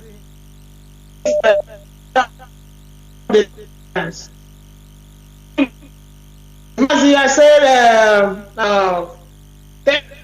much for the good work you are doing for us. And I want to take this opportunity to ask Biafra to protect and uphold our leader wherever place he is, that the enemies will not see him, even though he is in their dungeon, that he will protect, that the OPK will protect and guide him with his mighty power. Yeah. He say, Mazi,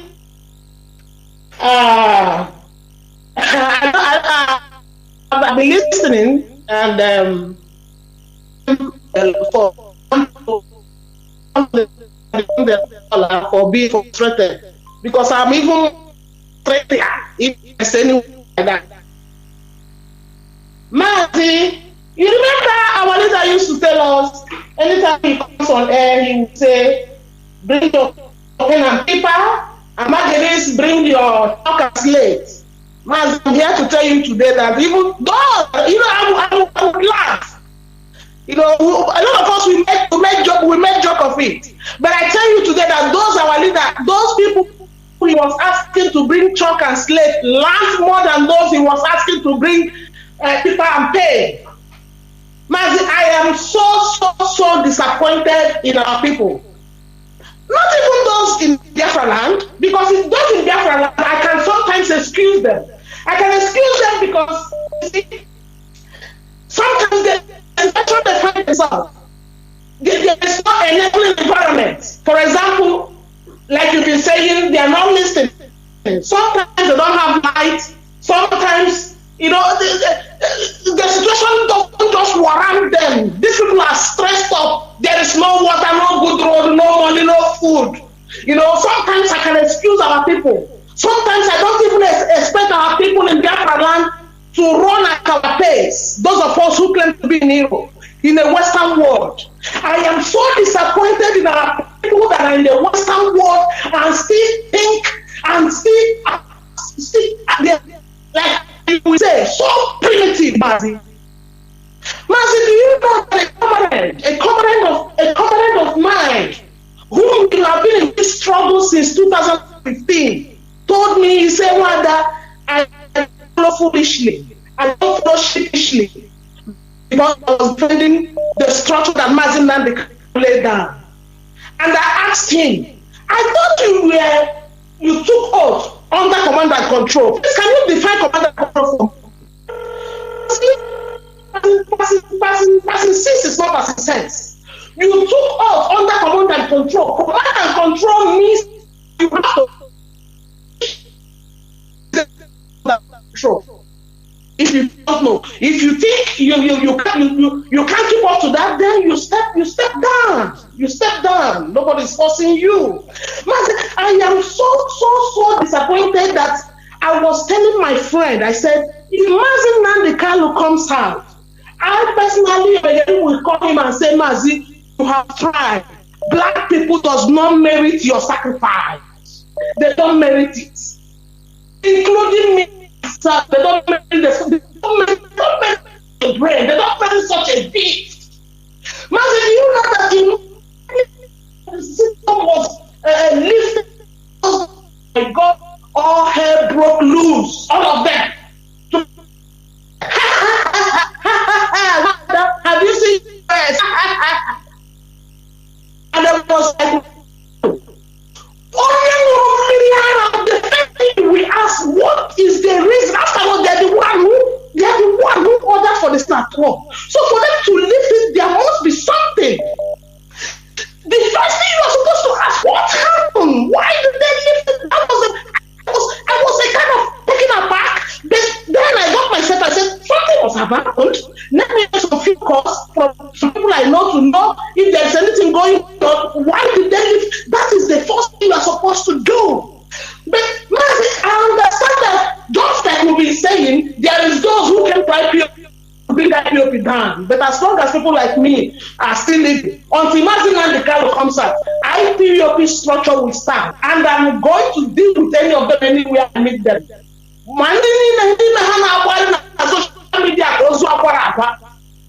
From morning till night. Some of them are doing video morning, afternoon, and night. When you go there, all that you hear is DOS. Hanine, I can't see one by one, just like our leader used to say.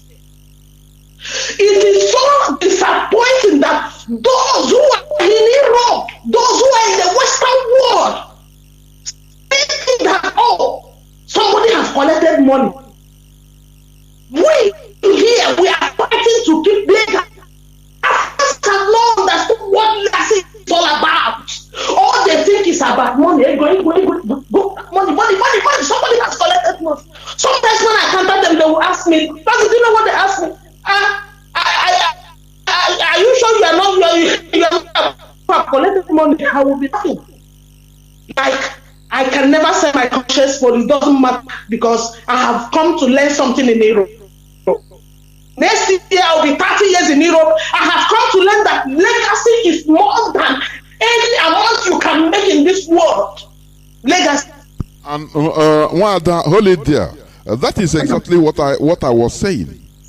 You know what we thought, most of our people thought that is the first thing. They don't know that it is not. The most important thing is legacy, because with legacy you can achieve every other thing. With good legacy you can have every other thing on earth. You understand? But our people, most of our people think that money, you know, money is a kind of a part of the byproduct of legacy also. You understand? So, but people go to that byproduct instead of laying that legacy, going to take that legacy, to hold that legacy that will bring something for everybody good. That is, you know, it is not easy. It is not easy for ordinary person to understand. And that is why our people misrule. That's it. Go on, Mazi. Wada. Go on, please. They don't know what legacy is all about. They don't know. We are trying to make history, and they are talking about money. What kind of money is that? What kind of money is that? What kind of money that can buy anybody that have lived in Europe and know how things is working, that can buy my conscience? That there is no good hospital for our children. Do you know the kind of child mortality in Nigeria? Do you know how many women die of pregnancy every day? There is no good road. There is no infrastructure. There is no good education. There is nothing to write home about. Somebody is telling me about money. Tell me about money. How many years do we have to live here on this earth? I have a girlfriend, a white girlfriend, some years ago. Every time I get angry, she will tell me, stop being angry. In 100 years, we will not be here anymore. That was her way. How many years have we living here that everybody's talking about money? Those things you hear on earth today, they left legacy, not money. Legacy, that is what we have to fight for. Legacy. And let us be focused. We have to be focused. We have to be focused to get what we are. Something for our children. Nnamdi Kanu say black man thinking is past. I have just asked it when he was saying it. Sometimes I get confused. But this few months on I have just started seeing what I was crying. Oh my goodness me. I'm just seeing what I was crying about. Like they don't have control, they don't have focus. Everybody's different. Just like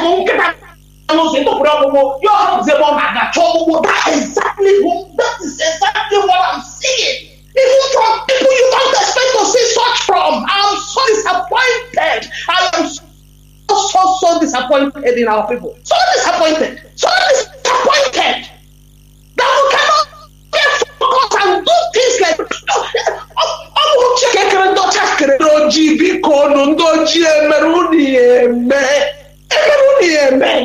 what is the problem? am another and nobody want to say Bariamua. I could remember Mazi Nnamdi Kanu talking about Lolita Oloche. On this radio Biafra, we know what he said about Lolita Oloche.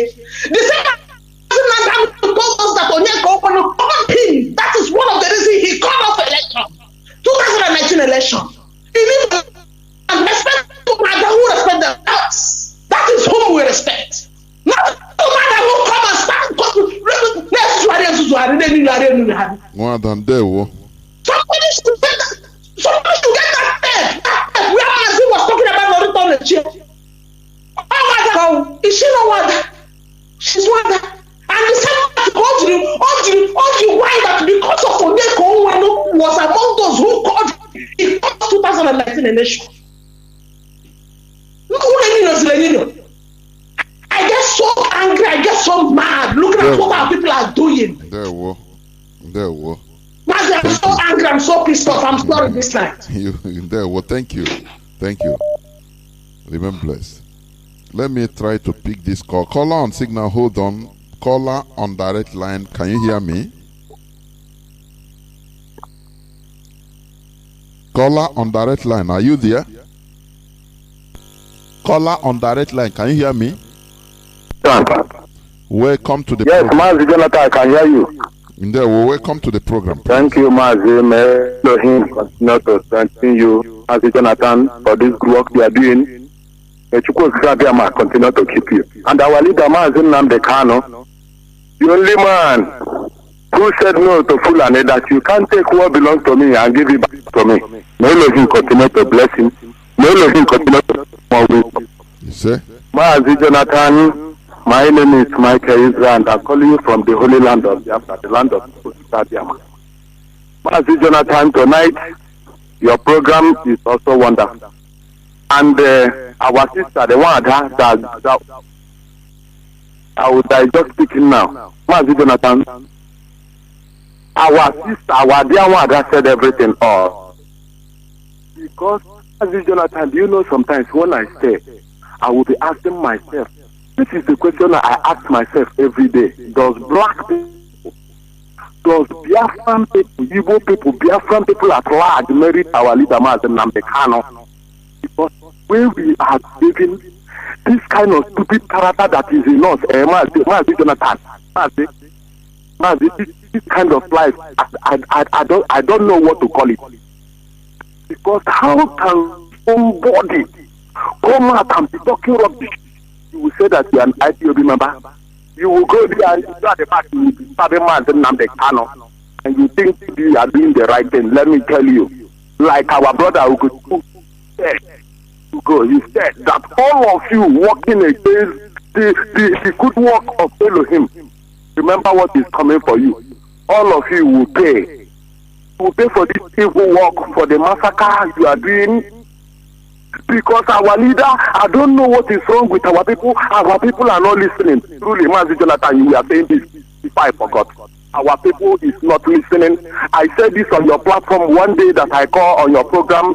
Our people are not listening. Even your next neighbor, Mazi Jonathan, is unbelievable, but you can. I don't know how somebody can believe this.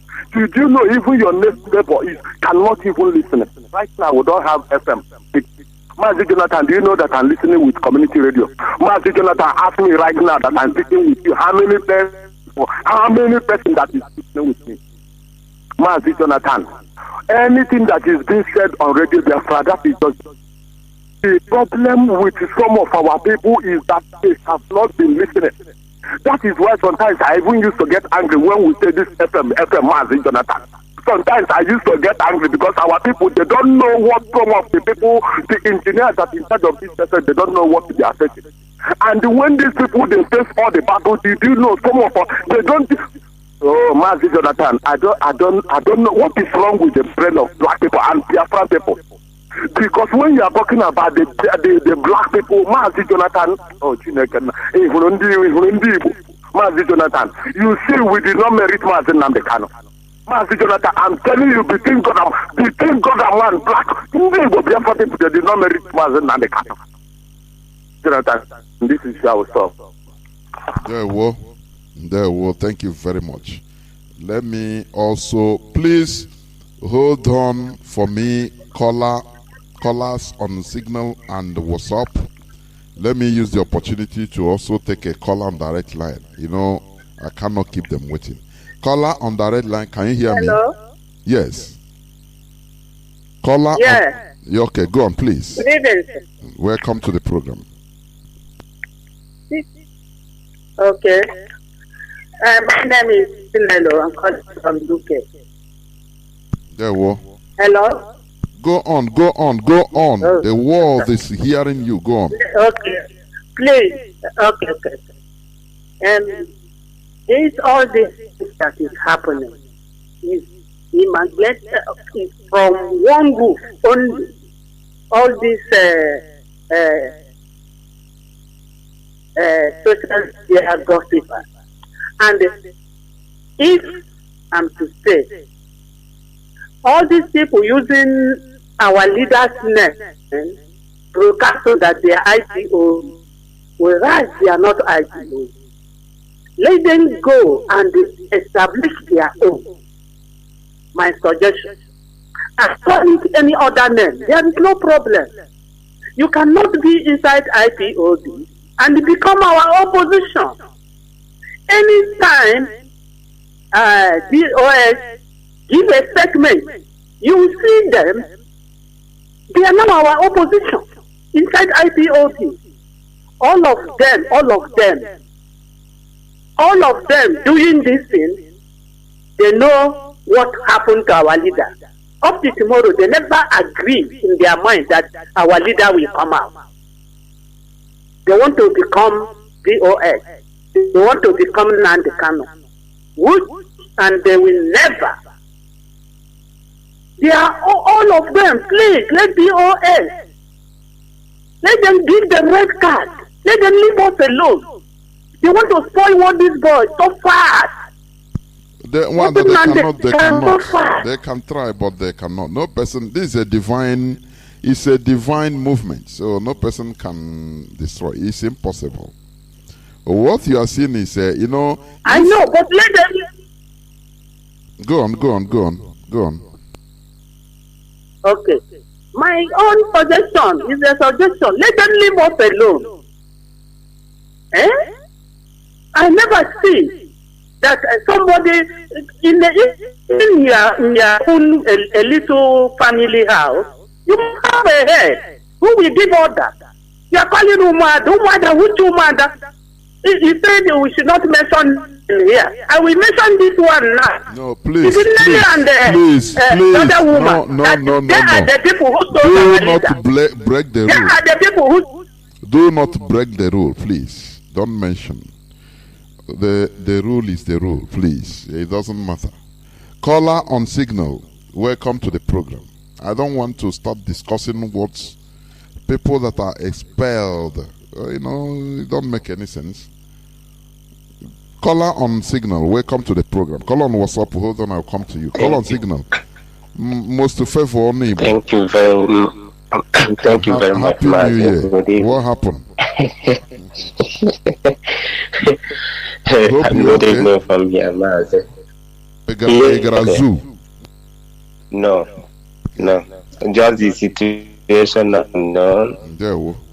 Emotionally down based on things, what happened and what has been going on. So, but is if one is getting tough, we must keep going. So, Mazi, good evening. I say, Chukwa Biama, bless you for the work you are doing for your nation, our nation, Biafra.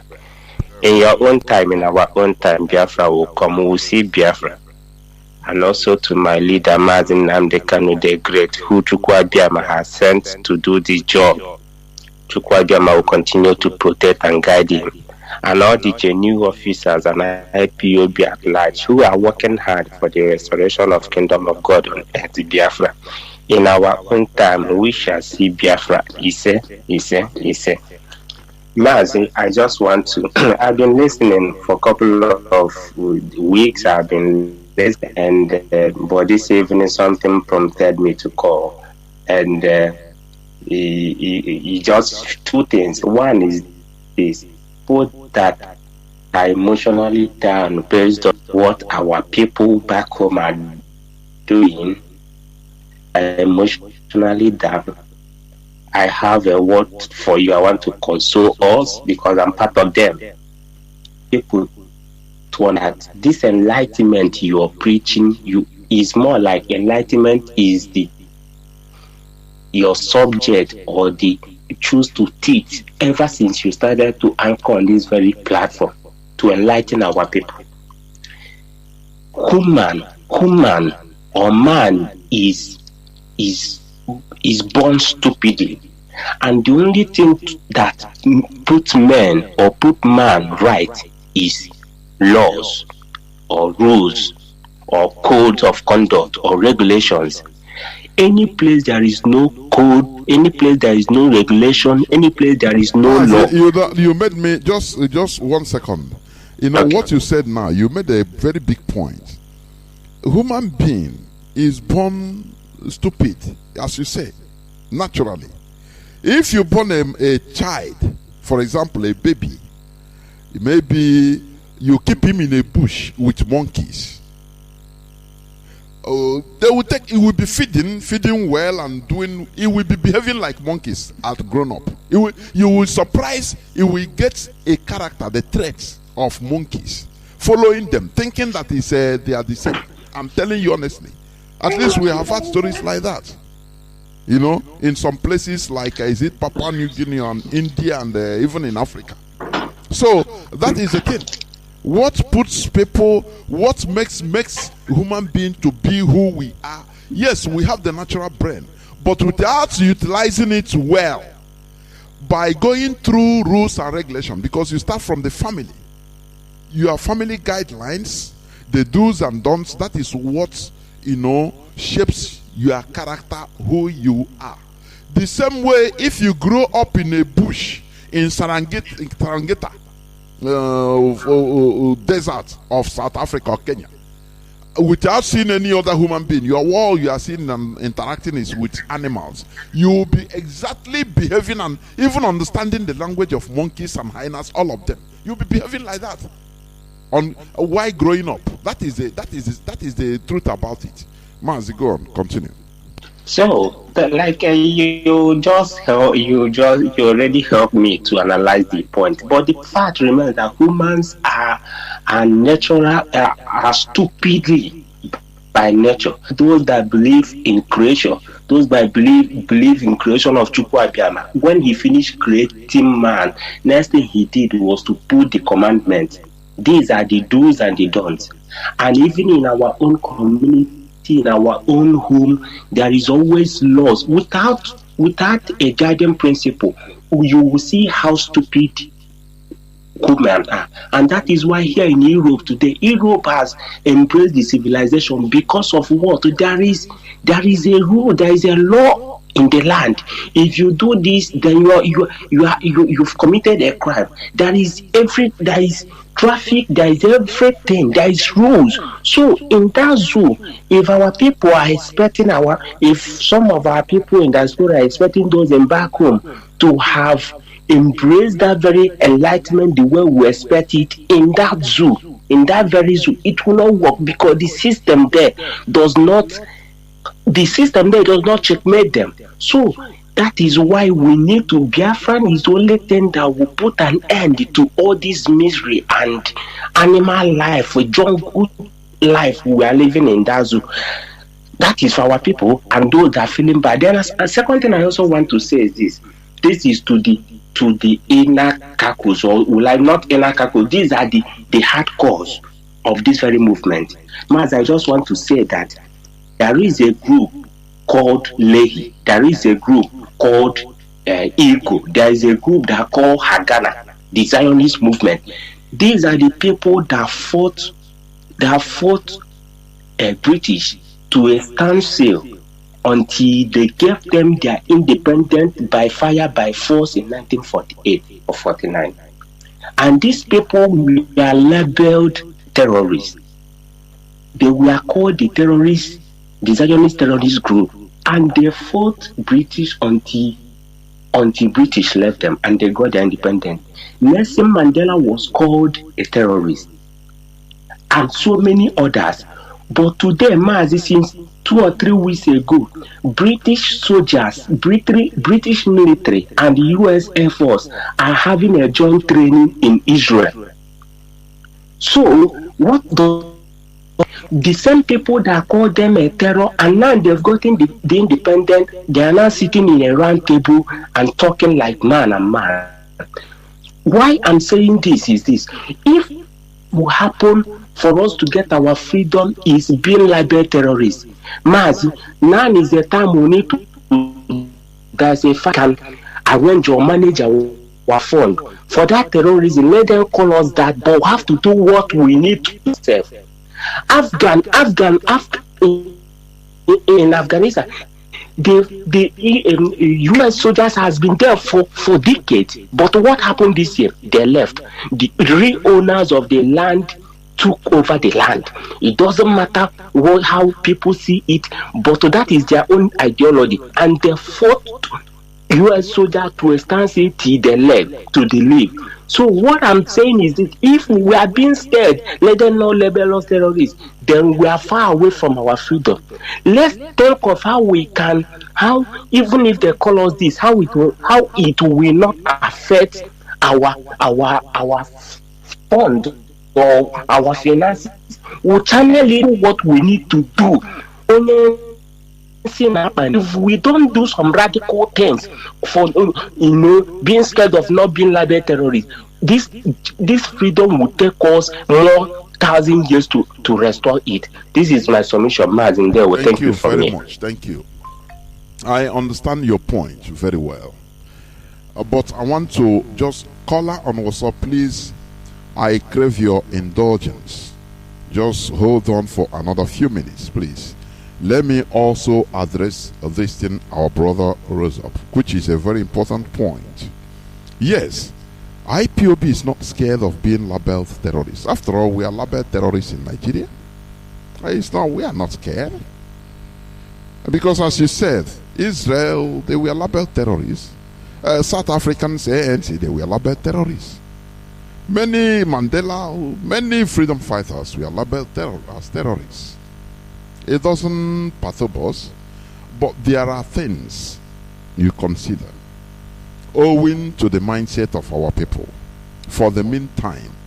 Because as we all know, and as I used to say, many of us are still toddlers. We still behave like toddlers in this struggle. Honestly, mentally, we are not tough. We are not mentally tough. Our freedom fighting is peculiar. You cannot compare it to others because we are in a peculiar situation, and our people, the way we reason is another different thing altogether. Do you understand? When you talk about Afghanistan, the Taliban, yes, do you know that only in Saudi Arabia the supporters, Afghans in Saudi Arabia and their supporters, they were raising, I think, $120 million per year, quietly, supporting Taliban. Just mind it. They don't come up on air and start shouting about it. Our people, had it been our leader was not on air shouting off his head, people calling him scammer even, we wouldn't have been where we are today. Our people, we love things open. That is who we are. Without, how do you call it, screaming. Without things done openly, hardly people will never even support you. We don't know how to do something underground, secret, coded. We are not like other people. That is one thing. Okay, imagine a secret. Look at what happened during Ojukwu time.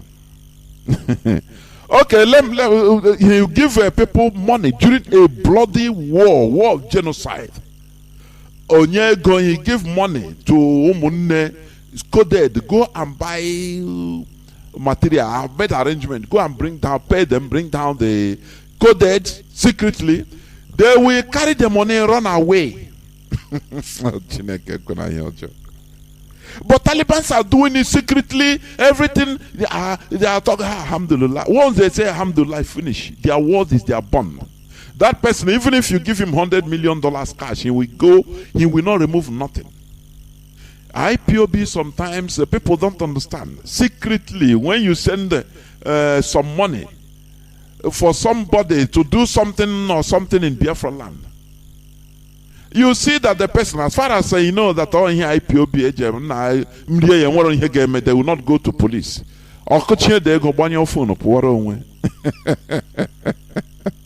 Is this the people that sometimes don't let us to talk, please. We are not the same thing like others. Imagine for example, as I said, now many people are using IPOB to seek asylum, getting papers in wherever they are, in Europe, America, many countries.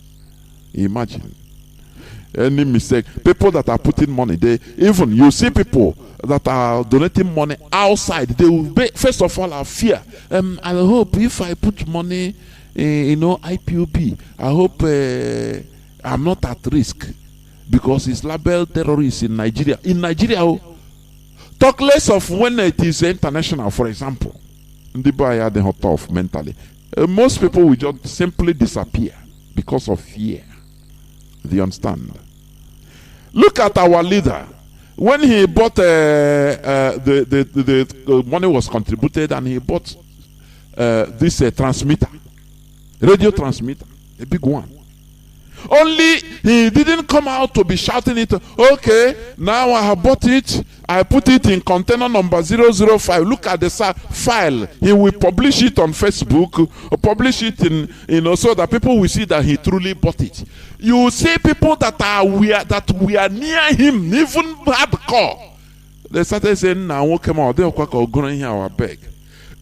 Because he's smuggling. He want to codedly send it to Nigeria. But you see the same people that are, started, harassing him. No, ego transmitter. Now we have to open up. And thereby we don't do something secret. Look at our characters anywhere we are. We are loud, very loud people. So you can never compare with what Afghan or other. No. These people, they can kill and bury and no person will talk. Our own people.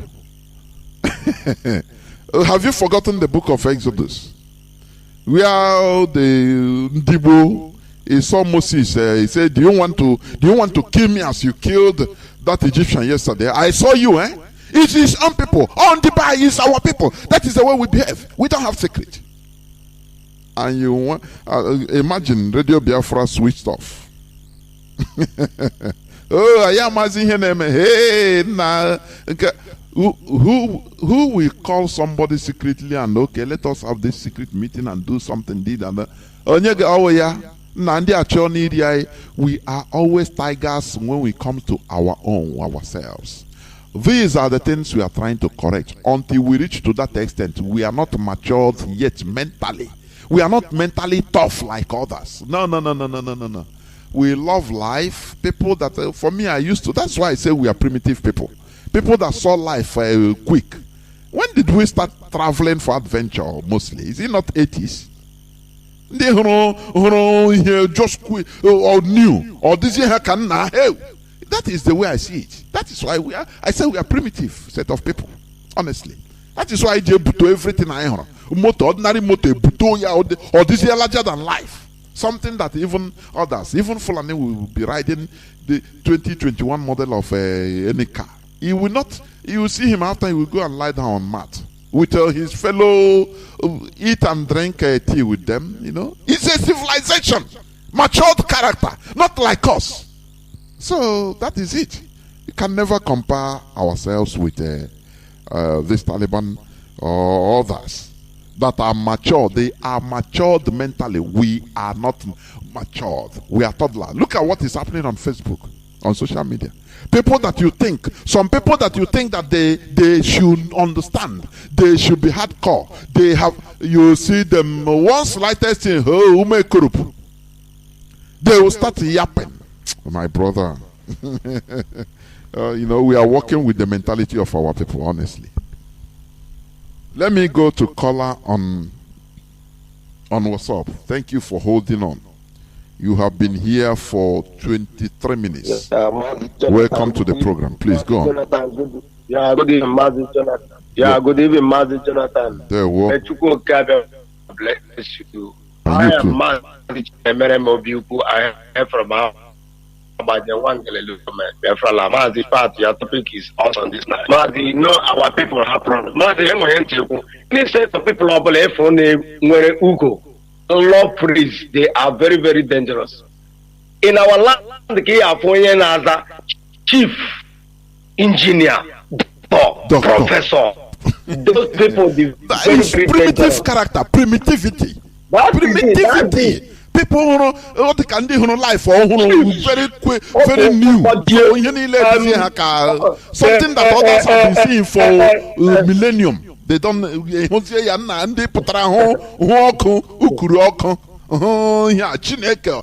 chief doctor, professor, name a very primitive character, honestly. Mazi, go on, please. Very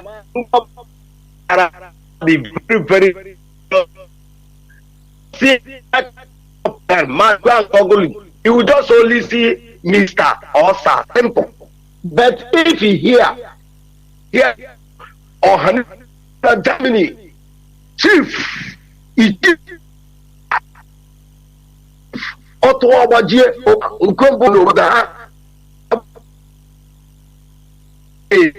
is only Africa, only Africa, because the most command and control is everybody likes it. Look at Mazi. There is something that I noticed. Mazi, do you know that Yoruba is going secretly? Doing secretly. Go to Facebook to see our people talking rubbish. Go to Facebook. Go to WhatsApp. Our people talking like mad people. Mazi, apart from now, the unknown accepted the cause. Ndibo nwere. And they are on Ndibo, Bundibu. Ndibo, Mazi nwere. I didn't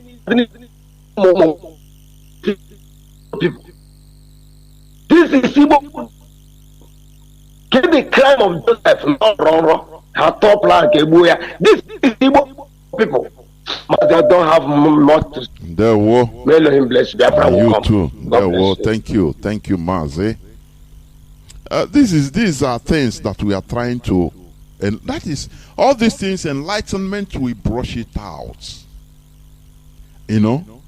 Enlightened Europe. Europeans, you see, it was not like this at the beginning.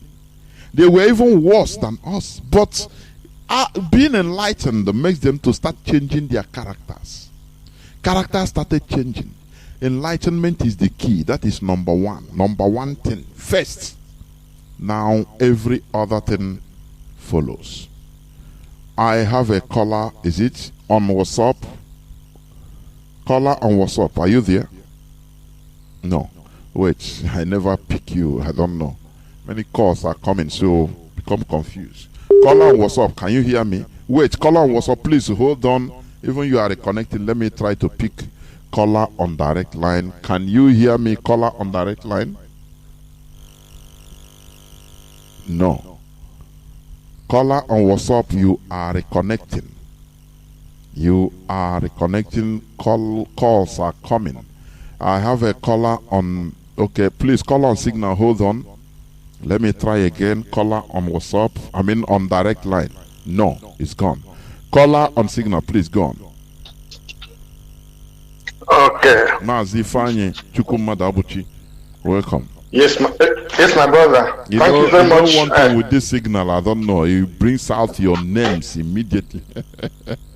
Honestly. Well, all right.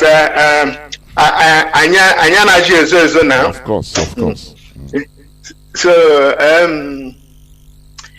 my brother, may God bless you, bless your heart, for being still strong to, minister to our people.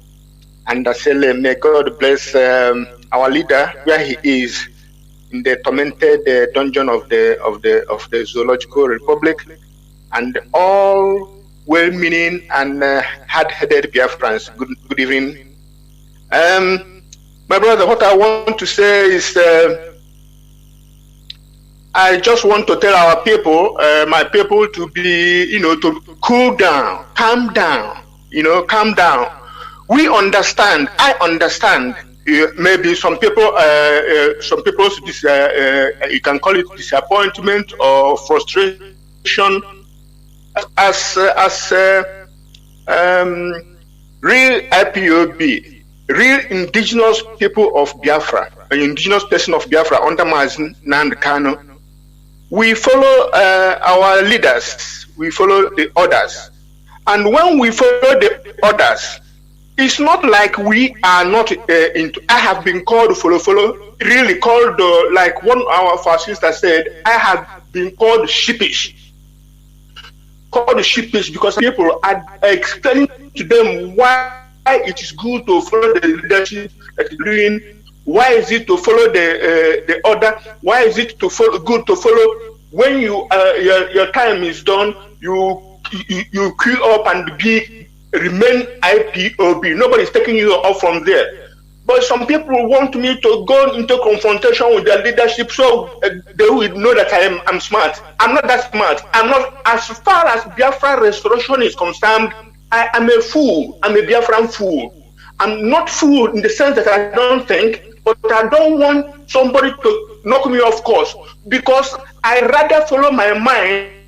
Because as long as Biafra, my mind has never taken me the wrong course. So sometimes I even chastise myself for not following my mind the more, because my mind never led me wrong. So what I'm saying here is that we are following our leadership. We are being follow of sheepish. Doesn't mean that we are not introspective, that we are not thinking. It is. There are questions we have to ask. We are asking ourselves. My question, one of those questions is, why our leadership, our leader and the DOS, why are they giving these people any chance? But our leader, our sit at home was meant to hold on till our leader comes out. We have those thoughts, and our leader haven't come out, and they did this what they did. After thinking that, as a good IPOB under command of and control, with one leader, we are in a war front. A war front doesn't mean that we have guns and bullets and fighting, but we are the leader. If a soldier on a war front is not following the commander, he is useless. He is utterly useless. So after having those thoughts, we are thinking, hey, our leader hasn't come out. Anybody that tells you that he's hardcore IPOB, but he was not fazed, he was not moved, he was not kind of disappointed by the postponement of the sit at home or lockdown, that person is lying. He's a liar. But that's not the question. The question is, after having your own thought, you will know that you have a leader, and the leader you believe in, you trust in, that he can never lead you astray. And you have had that the message come from him to DOS to give to Biafrans. Because of that, believing in the ethos and the principles of IPOB, that is discipline and command and control, you will say, our leader and our DOS, they know what they're doing. Therefore, you have to tell everybody, even if you bought food for 5 days, that food is not a waste. You can sit in your home and eat it for those 5 days. So what I'm telling to our people, stop making direct accusation that is baseless and that you cannot substantiate. That principal officer that's spending their time and money and means, you call them they're taking money because they've made a decision or a pronouncement that if you tell yourself true that the HOD making that announcement was not what he wanted to do, but what he has to do. Because sometimes leaders have to do what is not necessarily good, or people will like, but eventually good for the people. That is leadership.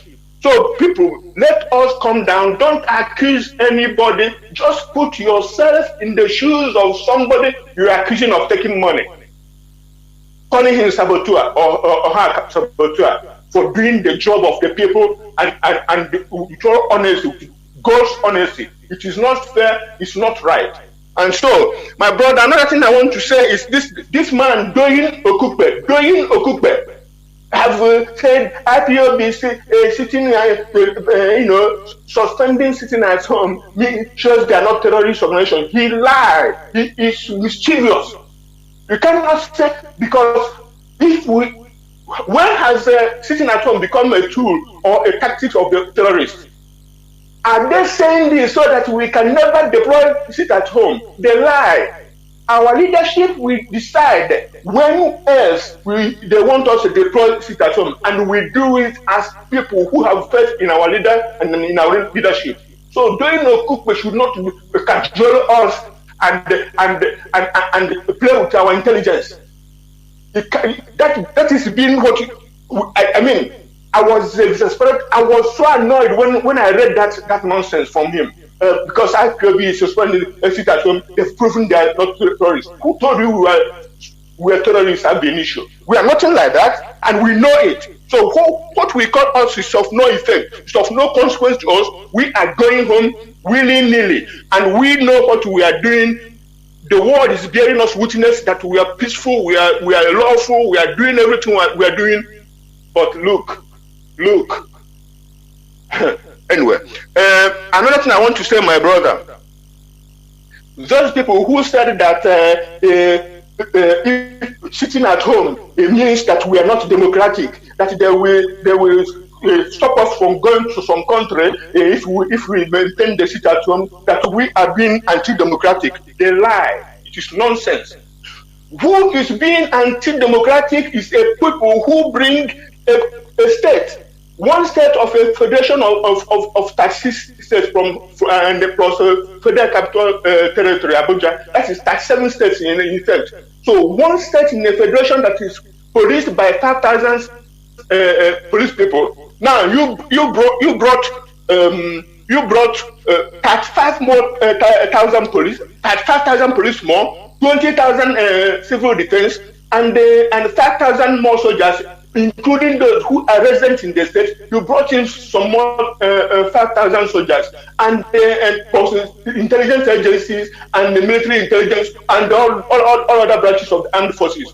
So one state of less than 5,000 square kilometers. That is anti-democratic.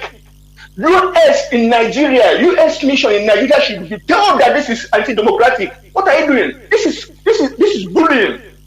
Our people are being humiliated on the way. If we are walking along the road, you have to raise your hands up. And some soldiers will be standing on the road, calling you all names in the Hausa, thinking that you are not hearing it. They are abusing us in their language and calling us, abusing our culture, abusing our language, abusing our faith.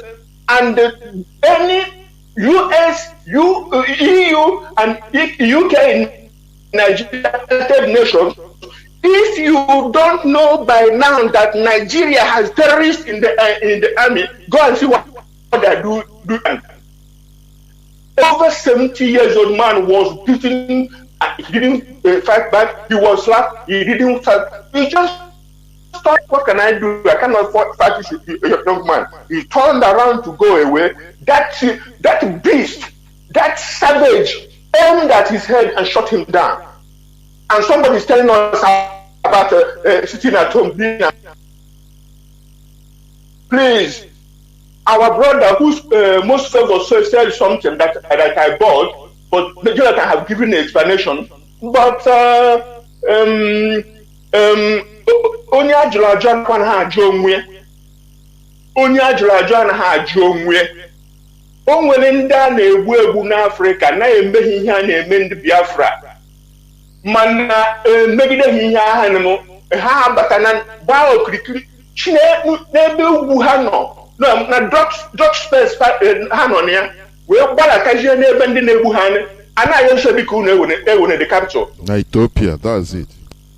Yes, the Tigray people. It is the Tigray people. The Tigray people have been going through what we are going. They have been killing. Yes, and they were raping them. They are killing them, and they are very minor, tiny people in the mountainside. But these people have taken more than they would. They say if we sit here, we die. If we fight, we die. Let's fight. And they are close. They are begging them now, and they are warning them. Some big countries are warning them not to take the capital, that Addis. Don't take Addis. So we don't want you to take Addis. So don't let Nigeria don't think that this life is true. All their savage soldiers are terrorizing Biafrans in Biafra land. Blood runs in their veins. And until they wake a sleeping lion, they will see what they do to themselves. What we want now is only give us release our leader. Another thing that pisses me off is that our leader can. Yes, my brother. Our leader cannot be sitting in a dungeon and some people are talking about negotiation. The first thing you have negotiated to us is to release our leader. Then he cannot be negotiating in captivity. Thank you, my brother, and good night. Well, thank you very much. Thank you. Please, if you're making a point, please make it very, very short as you can. Caller on WhatsApp, hold on. This caller on direct line. Caller on direct line, can you hear me? Mazi, there, well, welcome to the program. Mazi, my name is Chika from Odin Papa, but I'm calling from the Republic of Benin. There, well. Mazi, I think we can keep all of you alive for us. And I'm going to Biafra land. But I'm going to try my first day to my Israel. Today is 2:30. He didn't believe that it's not easy. Mazi, you see, as you have been teaching here, people don't know what you are teaching that is common sense. They don't know. That is why when my leader said that the problem of a black man lies on his brain, we lack the ability of reasoning and analyzing issues. That's the reality, 100%. Today, I have come to realize and find it in our people. Our people is number one. There are a lot of people who claim they are IPOP and the people of Hamadike. For how many years does Nigeria have been teaching? Many of us, they not even learn. Any slightly mistake, you see them shaking, sharpening, talking from both sides of their mouth because they don't really know what freedom fighting is about. I want to answer that freedom fighting is not democracy. Freedom fighting is just like a military organization. You may be eating inside your barrack, washing clothes, or cooking inside a kitchen. And a commander arrives, you ring the bell, but you want to see everybody everybody will abandon whatever you are doing. Maybe you may be like maybe you want to look to a particular journey to go and defend or to go after that. As you are eating or washing your clothes or doing all that things there before the man arrives, you have no question or to ask. All everybody will abandon and join the troop and move away because the order from above have and no man will ever stand and say why. Because if you ask any question, it will seem as if you are a rebellion against the decision of the struggle of the organization, and they may kill you. They will kill you, they will fire you as a saboteur. Are you going to tell the why didn't you tell us this position and prepare today? Why did you tell us in Simon that who's feeling that you before you lie? No. Obey the last order, obey the last command. That is into it. People think that it is buying ourselves on you have to on the floor or raise your own opinion. Or people should learn. That is not what you are into. You are not into democracy. And some of us who think that they are the people of Nnamdi, even our name. And when our leader give order, people will be countering that order. They should repent from their evil ways and mind what they are doing because the consequence is coming. Any of them who is saying evil things against this leadership, right from the high command, accusing the people that that represent Ahmadike or his absence, they should bear it in mind that a consequence is going to fall upon them. They should tie their mouth before they talk. They should think twice and reason like a human being. They should tie their mouth. Don't see whatever you hear. Don't be going to gossip and listening to gossip. After gossip, you will not come and be blaming into our struggle. That you claim that we are not part of it. Don't want to take instruction from leadership. And we are using that name to give counter order what we are doing. Repent from your evil ways. If you do from that, if you don't do from that, the anger of God will fall upon you people. We are in a freedom fighting, not democracy. We have not gotten our government yet. We are fighting to have government. Our rules are military rules. Those who in the IPOP for military children, they don't know what we are doing. They should just go out. If you don't know what your info is, you go out. I take this structure or movement doesn't make for you. The simple answer. Our people don't listen to radio, because some of them, you may be on your radio on your shop now. They do not listen. They will ignore it because they don't know the importance of listening to radio. Because radio is where we teach common sense. That is the only from the other platform that will give you the ability to reason like a human being and analyze issues. When somebody says something is happening, before you start condemning, you have to reason. In reality, what must have made it to say this, they know the issues and now bring the truth from that particular word. Not that you start condemning that particular person without knowing the reality or confirming whether it's true or not. Other people is very, very fast to reality. They are far away. That is why when people are comparing us with the Taliban and other days, we are not the same people because our people, we are not mentally soft in our brain. We don't analyze it. We don't reason. We go out down and say it. Wherever we have any likely mistake, we see people shouting. You see them discussing something. They will say that they know better. They know nothing. Their brain are empty because they cannot analyze issues. The struggle is not buying and selling. It's not when you go and get big. If you didn't find them in that particular big, you know they run away. No. It's a continuous struggle. That is why we struggle. It's military organization we are into. There, Mazi. That's where we are into. So if you cannot obey the rules and regulations, you better leave us alone. Start your own and do your own by your own name. But you don't use our name. Just attack our name in order to cause a harm in our struggle. There, I didn't say you are a rebellion. By using our name, causing division, and you claim that you don't want to follow the struggle. You don't want to die with the rules and regulations that battle together. That's because you are a rebellion. You have to move away. And we have to be careful about what we say against the leadership that represents Ahmadike or his absence. Because those people is Nnamdi is them. Mazi, there, I'm signing off for me. I did mention that I'm making good night. Thank you. There. Caller on WhatsApp. Welcome to the program. Can you hear me? Caller on WhatsApp. Go on, please. There, welcome to the program. Thank you for picking my phone. I thank you for the good work you are doing for us, Biafrans. Mazi, do you have radio beside you?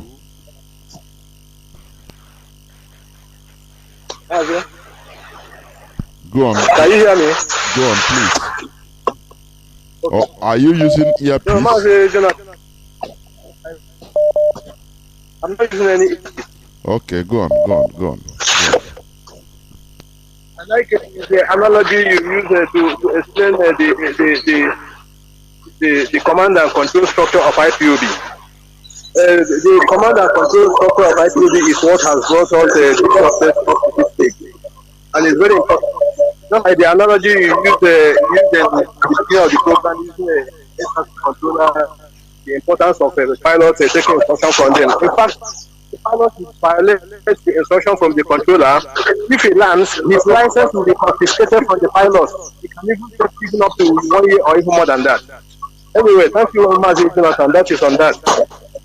we must obey the instruction, the command and control structure of the IPOB, because that is what gives us the progress that we have today. That is the reason why, still in line with that, anybody that have no regard for anybody that claims to be a follower or disciple of our leader, if he does not follow his rules, that's full and short. I want to thank our DOS leadership for the decision in concerning the suspension of this atom. It was an excellent decision. In freedom fighting, just like you used to tell us, you and other presenters used to tell us, in freedom fighting, activities and the plans of this freedom fighting is not a one-way traffic. It's not a one-way thing. So anything can come up, can happen at any time. Like presently, there are meetings and the consultations underway or underground going on.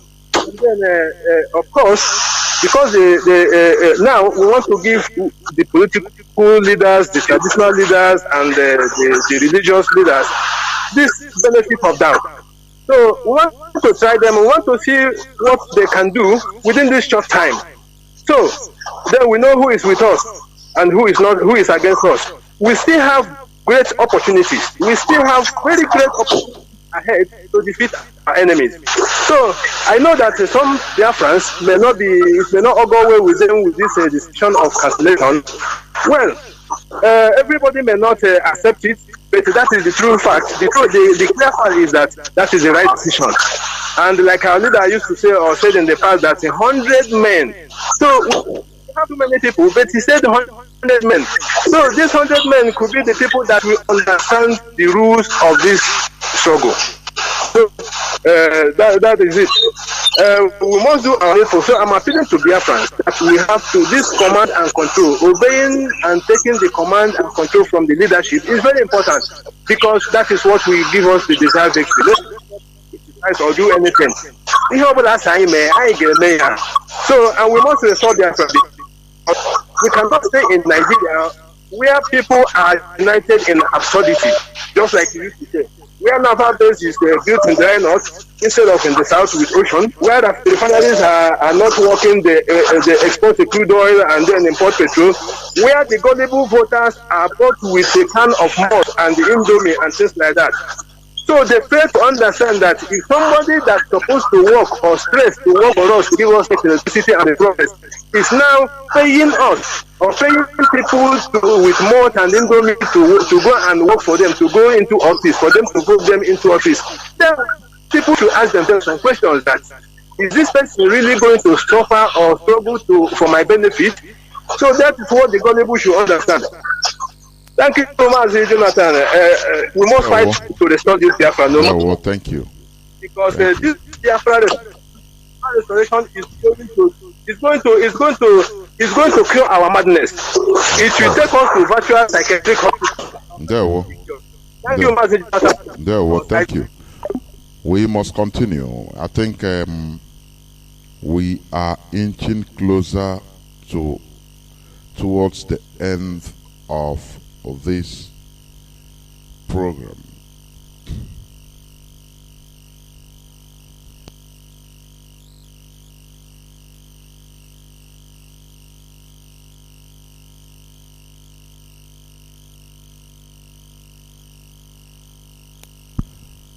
I have this announcement, but I want the person to come to do it by himself from Gothenburg, Germany. From Gothenburg.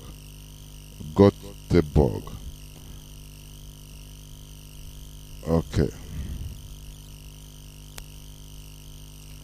Caller on WhatsApp. Hold on. Let me pick this caller on direct line. Caller on direct line. Can you hear me? Please. Wait. Please make it as brief as you can, because I'm heading towards the end of this program. Right. Go on, please. Call on direct line. I've been trying. Yeah, I've been trying for long. Go on. You are now here. Go on, please.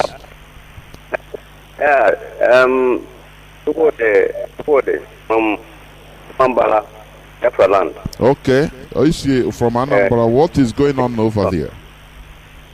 Where you are? We are watching them. We are watching them. But zoo is a zoo. We are watching them. Can never over predict them. That's Okay, another go thing. on, go on, go on.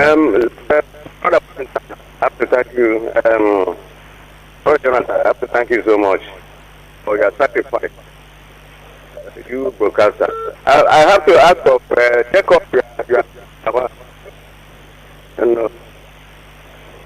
I mean Jacob. Okay, okay. How is Jacob now? Okay, he's good. He's good. Okay. He will resume shortly, I assure you. Because we love him, he promotes your program. Of course, of course, of course. Yeah. So, coming to a few questions, not even much. Go on. One is it? I don't know. Is it too difficult for? I think that I love people of legal department. That's the job. If they can conduct this survey, why is it so difficult for people to free Mazi Nnamdi? That is it.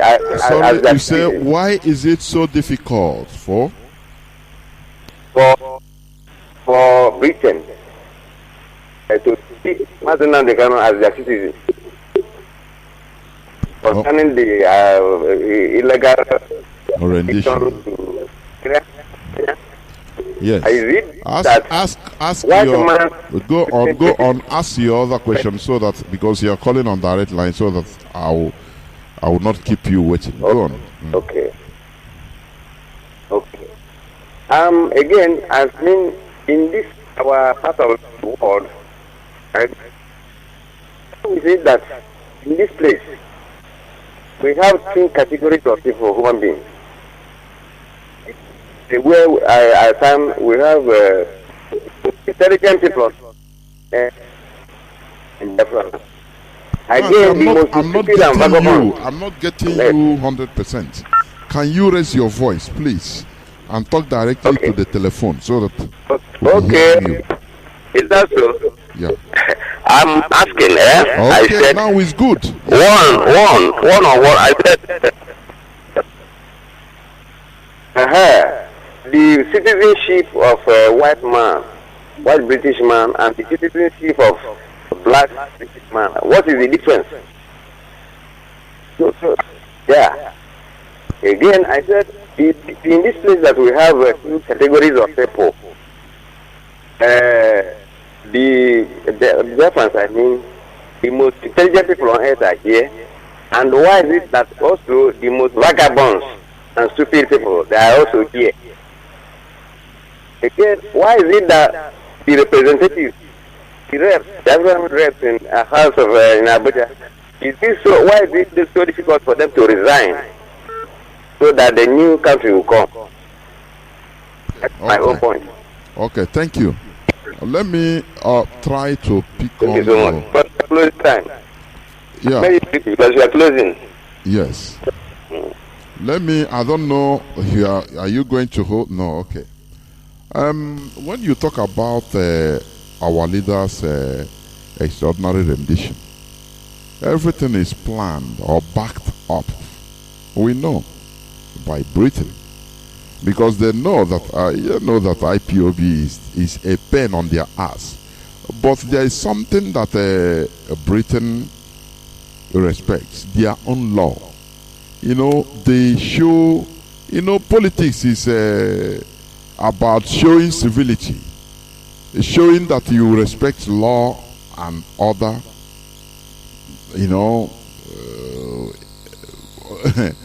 In front, whereas underneath you are doing another thing else, like Britain is doing. We know that. I have said this some time ago, the story of Abdullah Öcalan, who is a Turkish national, a freedom fighter. He's still in jail in Turkey. He's the leader of PKK, Kurdistan. that are still fighting in Syria, in Iraq, in even Iran, and in Turkey. These are people that are divided, separated into different countries. You understand? You know, once Europeans, you have touch of Europeans as a people, you are no more the same. You know. So what am I trying to say? This man Abdullah Chalan, he was the group, I mean PKK, Kurdistan Liberation Movement, that is the PKK, was stigmatized as a terrorist organization for a long time, right from time, even by the Europeans. So do you know what? This man, Abdullah Chalan, their leader, was living in Europe, in different European countries, from Italy to Spain to Portugal to Greece, you know. Now he told Europe, he said, okay, arrest me now. You say I'm a terrorist, I'm running a terrorist organization. Arrest me so that they don't even care. No person, they don't mind him. They only put in paper that PKK is a terrorist organization. Now, in order to prove himself to the shame of Europe, or to the shame of his detractors, one day he said, okay, let me come to Hague as this guy don't want to go to Mountain. Now Mountain will move to him. He took his flight to the Netherlands, The Hague, so that he will appear, he will present himself to the International Court in The Hague, so that he want to prove that they are not terrorists. But Europe, they are not, you know, it's just political issue. Do you know what? While on his flight entering Netherlands, they found out that this man is coming to the Netherlands. They ordered that flight to return back, not to land in Netherlands. The man went back. Now, you know what the Europeans did? They came to Kenya, the European diplomats. They told him, okay, come to Kenya, we have a very good meeting so that we discuss about your issue. Arriving in Kenya, this man, Abdullah Chalan, Kenyan police have been paid to do the job. They arrested this man, renditioned him. Kenyan police renditioned him, arrested him, and renditioned him to Turkey. He's still now in Turkey. This thing happened in 1999. He's still in Turkish jail. And fight is still going on between his people. So what am I trying to say? Europeans, they don't see Africans as real human beings. They see Africans as people you can manipulable, people that are manipulable, half humans, subhumans. You understand?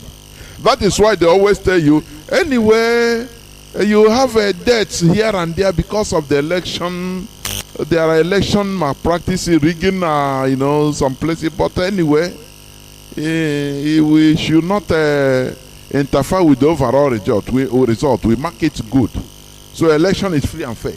They give you pass mark where, if it is there themselves, it is anathema. It can never happen in their place, and they allow it. But why are they allowing it, encouraging you in your own place to allow that shenanigan? Because they believe that you are subhuman. That, you know, what is the name of this scientist? He's a British scientist that doesn't believe that black race. He said that they are lower than normal Caucasians in reasonability.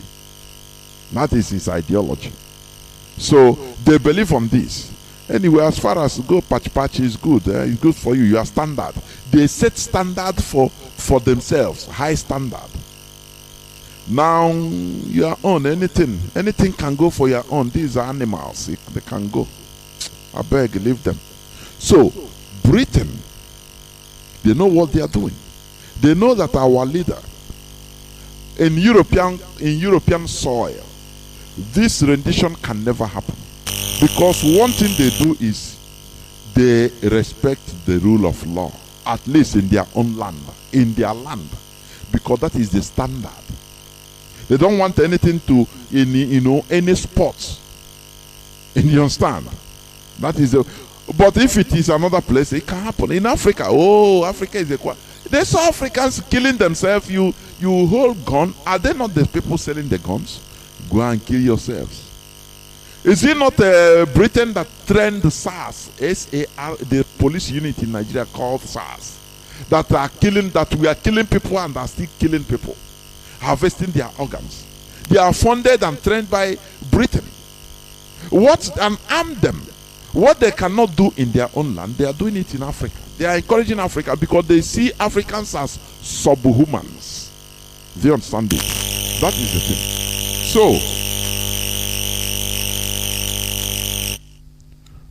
So what am I saying? Now, when you come to, you say freeing Mazi Nnamdi, you have to go through a process. Nigeria, no matter what, Nigeria is a government. Nigeria is a government, a sovereign government, enjoying international protection, international rights as a country. That is it. You cannot, because one thing or the other now, America cannot invade even the smallest country, just like that. It will be breaking international law or protocols. Do you understand? Do you see what happened when they invaded Iraq? Do you see the outcry on the false pretext of weapons of mass destruction? Heads rolled. The Prime Minister of Britain, British Prime Tony Blair, have to resign. So that is the thing, because there are international laws, and why I like white people, they respect international laws, at least in their own land. They respect laws, treaties, and contracts, at least in their own land. But when they come, they see how you are behaving as black, as animals. They now they treat you with your own standard. That is the way they behave. So that is it. I have a caller. He will be the last caller on WhatsApp. Last caller on WhatsApp. Please, can you hear me? Please, you have highest 5 minutes. Welcome to the program. Highest. Hello, Mazi Jonathan. Good evening to you from Welcome to the program. Mazi Jonathan. You are in a noisy place or what? Or you are using earpiece? Yes. No. I'm at work, but anyway, let me just say what I want to say quickly. Please, in fact, I'm not feeling good about what is happening, but I'm still campaigning. My campaign goes this way. The only way out, if we do not Biafra, is for all of us to perish and leave our children behind, and let other country or civilized country they show them or tell them and tell what happened to their generation, because I don't think we are not ready. We are useless. Believe me, we are very useless. The only way out is that we must fight this fight and liberate our life, either life or death. Simple as ABC. Simple. That's the only way out, because if you are thinking that everybody will queue up and follow, many of us, 80% of Biafrans are not ready to liberate themselves. Or even both in Europe, they will prefer to be washing plates, sweeping ground, doing all nonsense kind of work, and go to zoo and make proud of ourselves, show up. Believe me, that is only what we are thinking of.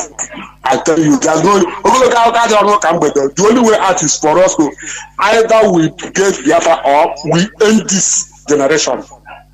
for the next generation to continue. That is the only way out. That's my submission this night. Good luck. Thank you.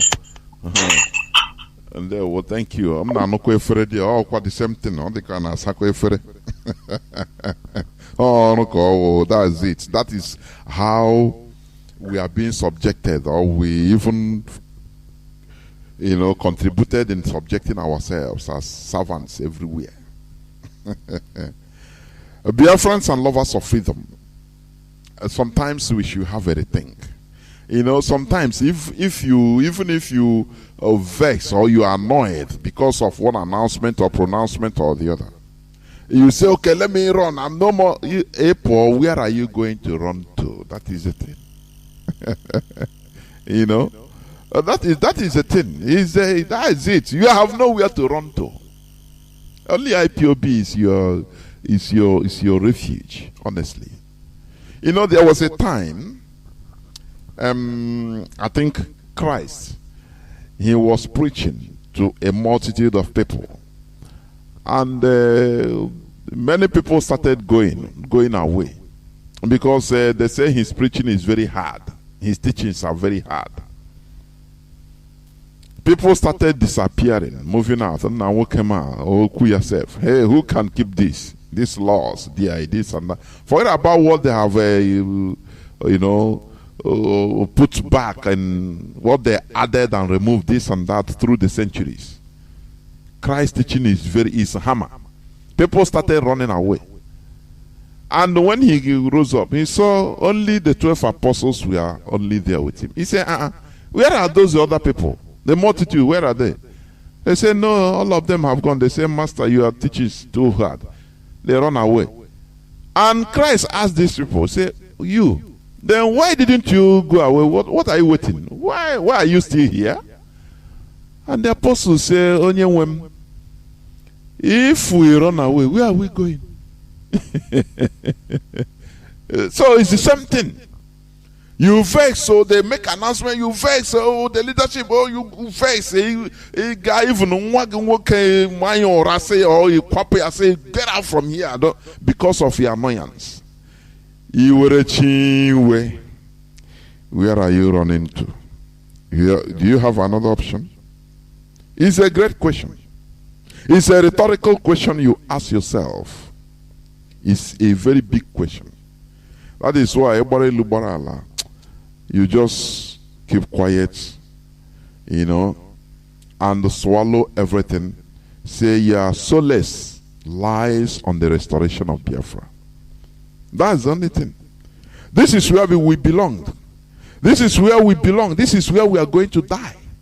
There is no leave, no transfer. It doesn't matter. Do you understand it? That is why, as one of our brothers say, I don't blame anybody for being annoyed, for being angry, for this and that. But the blame will start coming when you don't know how to manage your anger. Once you're angry, keep quiet. Go and rest. If it is a cup of water, you take. If it is a beer, you take. Anything you're drinking, you can take and cool down and try to remove your mind from things. Now, don't talk about it. Just sleep over. When you sleep over, now you make researches to ask yourself, why this question? Does it mean that the leadership is stupid or they are foolish? No. It's an institution. It's not about individuals. It's an institution. People don't understand. IPOB, the way it's structured, it is indestructible. I'm telling you honestly. So if you run away, where are you going to run to? What other option do you have? Which group? The agenda is only now to make uniform. Only the meeting, introduction of people.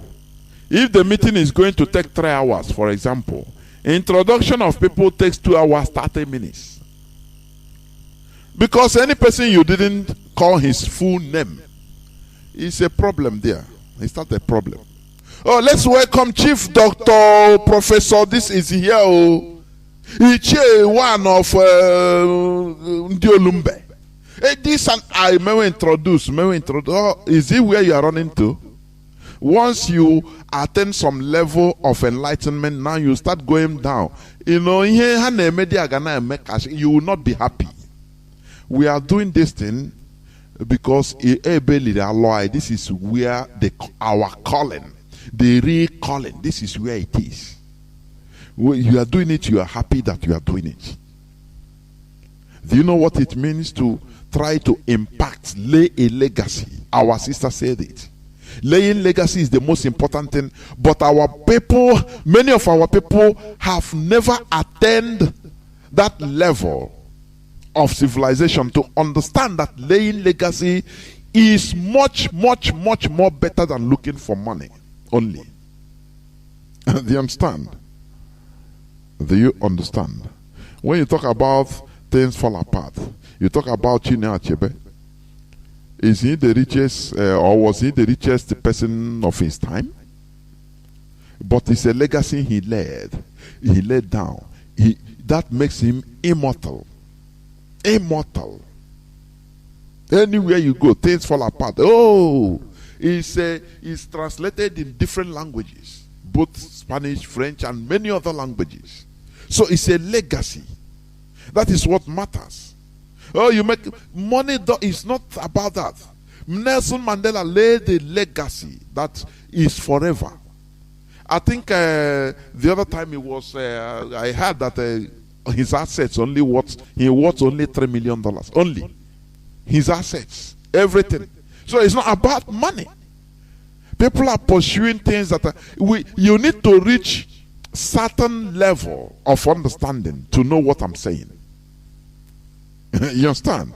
Legacy is the key, because you change people's lives. You know, legacy, you can change people's lives positively through the legacy you left.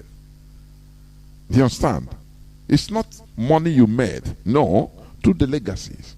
So here we are teaching enlightenment, because I see it as, when I studied European the age of discovery and enlightenment, I was really fascinated, and I say that is the only key. Without being enlightened, we continue being like primitive Homo sapiens, nothing more. Do you understand? Nothing more. I saw on social media, I think it's in Ibadan, Oyo, where one white, the video is on video anyway. Say one white cloth was falling from up, you know, and people were dragging very long clothes. People were dragging it, you know. Maybe it's angels that throw it, it's spirits, this and that. How can you know? People conclude without making researches. That is primitivity. That is when people, you know, when Europeans, when they look at this, when Caucasians look at this, they call us, they say, no, these people have not attained the high level of humanity. That is why they treat us in our own standard, so to say. Something that fall from him, you don't know whether it's a flight that was going maybe 12 kilometers up that you cannot see, and something drop from it, or even up there, a balloon. People can just do it and send something up, from there it fall. You know, there are many theories, but now people have already concluded that, oh, Chineke is spirit, is that brought it. Oh, well, you know, there's a level that Africans are still that old primitive level. That is why Europeans are treating us like this. Do you understand? A level whereby people attach much importance to cars. Now see my car, or you show it on Facebook. A senator of a country, politicians of a country. You start showing cars. When Europeans see it, when white people sees it, when white people they see it, they classify us all into that lower, very lower, rudimentary, elementary level of humanity. That we are still at the Neanderthal stage. Do you understand? When, as a policy maker, member of parliament, all that you have to expose is you sit down on private jet. Hey, wow, you are videoing it, showing people that you are enjoying as a policy maker. Now, and people are typing, congratulating you that the money is good, oh, I tap from you, a blessing, oh, this and that. How do you, white people are reading it. That is why when they see you, you are even walking, maybe you are washing plates in a pub or in a hotel, in a restaurant, in one place in Zaragoza or in Italy or any place in any European country. They will come there, no matter how you are suffering, they tell you that you have to thank us. You are here, look at the electricity. In your place, do you have even airports? Are you not living on trees? You know that is because what they are seeing things. This social media have even degraded the black man, mostly black man's character, mostly in Nigeria. He contributed in making a senator that should be proud of saying, I contributed, I rose and made a law that look what is happening. You know, it's contributing to the development of my country. Look at how many people through the law I made. You know, he will be happy posting it. But a senator of Nigeria will be posting cars which he got through looting. And people, you see Nigerians are typing, oh, thank God, oh, I tap from your blessing in Jesus' name. Let my miracle come like you, oh. If you write anything that should sensitize people, they will attack you. Oh, you are jealous of him. Now, why? What are we not talking? So please, let us remove emotion or reduce it. I'm not saying remove, but reduce it. When I read this Frederick Forsyth account of the Nigerian Civil War, there was one place he wrote about account of one man is a mercenary. I think whether what is his name? I forgot. Erasmus or something. Erickson, I don't know. I've forgotten the name. He's a white mercenary, but on Biafran side, he trained the people to defend. These are new people, new recruits. He trained them, you know, and they have to ambush the Nigerian army. These people, once they are being issued rifles, their head, their emotion rise up. Instead of walking quietly in order to exercise the action correctly, these people became emotional. Those boys, and even started singing. Hey, you know, this man has problem containing them. You understand? They allow their emotions to, you know, to run over them. That is the bad thing about lack of controlling your emotion.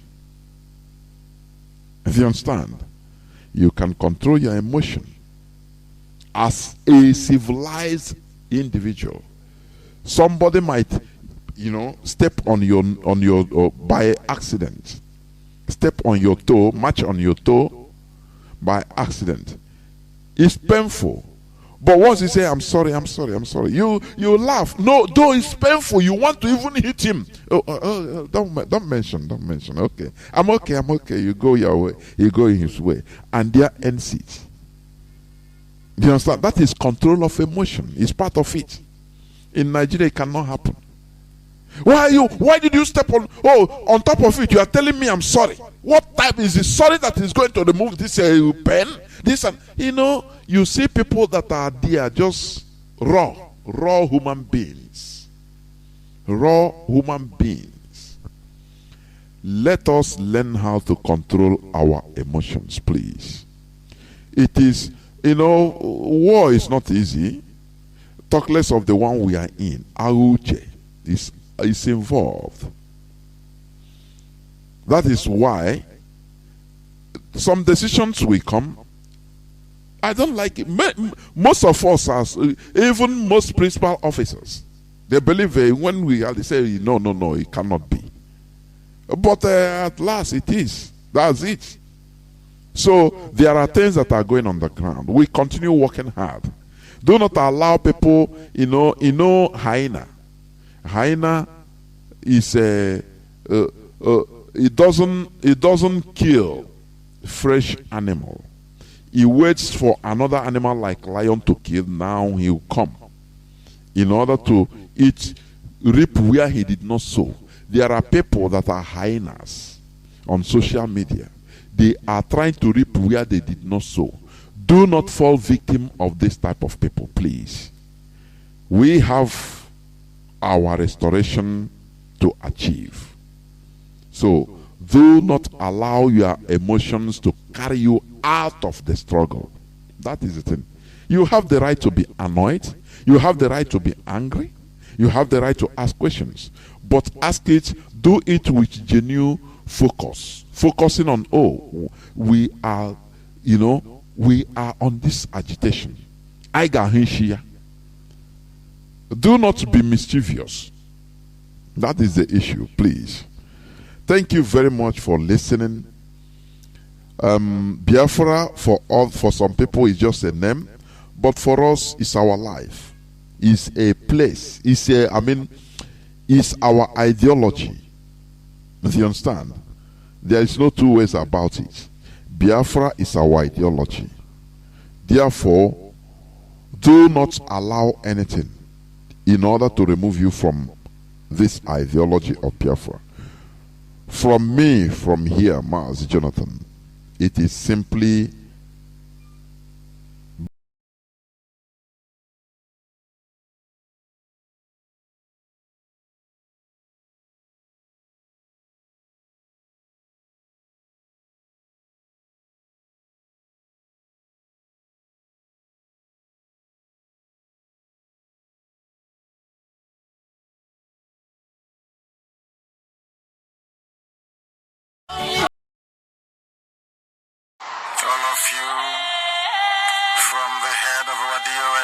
Mazi to the very last unit coordinator for all the wonderful work that you all did in my enforced absence. You never allowed yourselves to be cowed. You did not allow yourselves to be intimidated. You fought very gallantly to ensure that IPOB remains the preeminent freedom fighting movement anywhere on this very planet Earth. I have a lot to thank all of you for, because you kept the flame burning. We remember those that fell. Every day I remember them, and I hope also that every day all of you must remember them, because they laid down their lives for us. And we must accomplish Biafra for their sake, and the sake of our children, even those who are not born yet. We must remain resolute, very determined, uncompromising and unforgiving in our quest to restore Biafra in truth and in every honesty. I must ask each and every one of you, wherever you are, to search your hearts and to search your souls wherever you are, to understand the essence of IPOB and what we are doing. As I said previously, this is not a broadcast for the whole world, it's just for the IPOB family. Some of us have forgotten what it means to be IPOB, because during my enforced absence, most of us went astray. Although some people started from when I was in detention, it is very, very important that we keep this very special breed of people. We have come that we may restore Biafra, and there is nothing the zoo and their allies can do about it. We remain the bravest of the very brave. Cowards run away when they see us. From the day I arrived in the zoo exactly 4 years ago, minus 1 week, because I arrived in the zoo on the 14th of October in the year of our Lord 2015. I told them that I was coming and I came. Some people within some segments of the media were writing a whole lot of junk about us, that we are just on Facebook, that I'm in London. They dared me to come back and I told them that I was coming home, and I did come home. When I arrived, I was arrested. I was taken to Abuja. I was confined to a very tiny space. I was chained like a common criminal. I was handcuffed. They tried to break me, but they know that that is impossible. They can attest to it. They mocked me that I will rot in jail. Some prayed very fervently, those who are against Biafra, agents of darkness, that I should die in jail. But the walls of prison and detention couldn't keep me.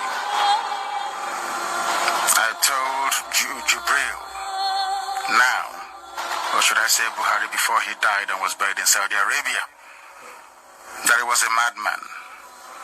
I called him a madman in his own court because I know that he cannot do anything about it.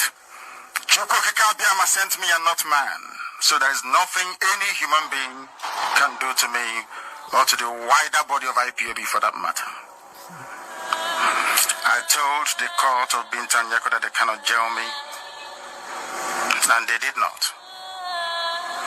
I called the dead Buhari, an illiterate madman, in his own court, and I walked away.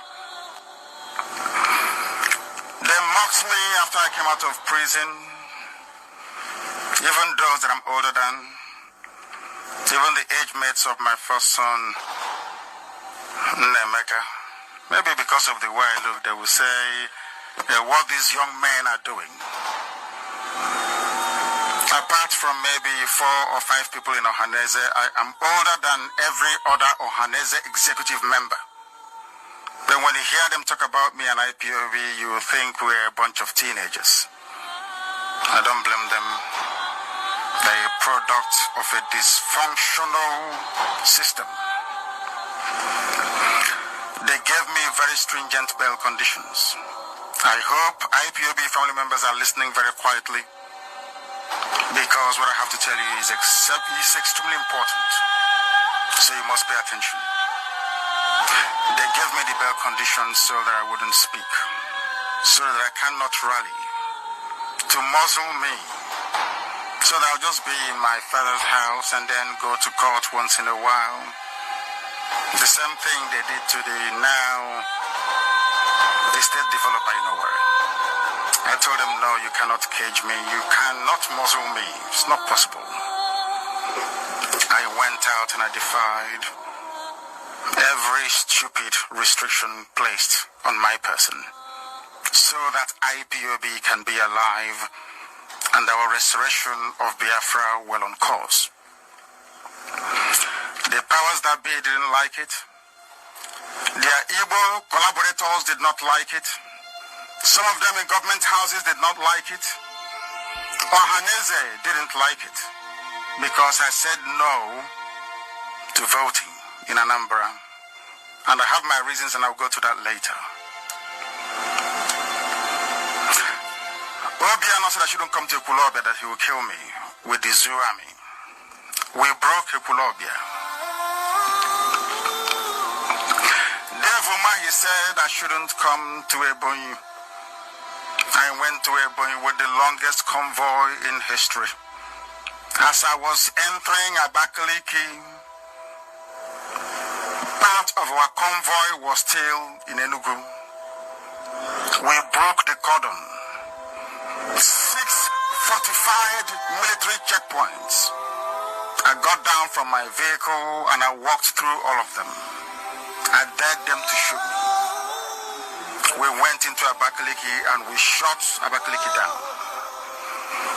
When we got to the front of the government house, I asked my driver to stop so I can greet some of the people working for Dave Umahi to let them know that Ebonyi is Biafra.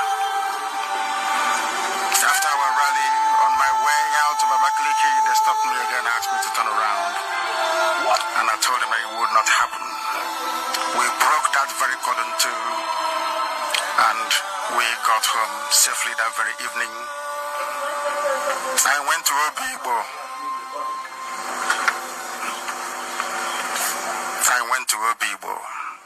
In Iguacha, we locked Iguacha down for 6 hours. There was no movement. Yes, and Wike did not ask army to kill me. He never tried to intimidate me nor to molest me. We rallied peacefully as we normally do, and we went back home. Ohanes and Igbo governors got together and said this cannot continue.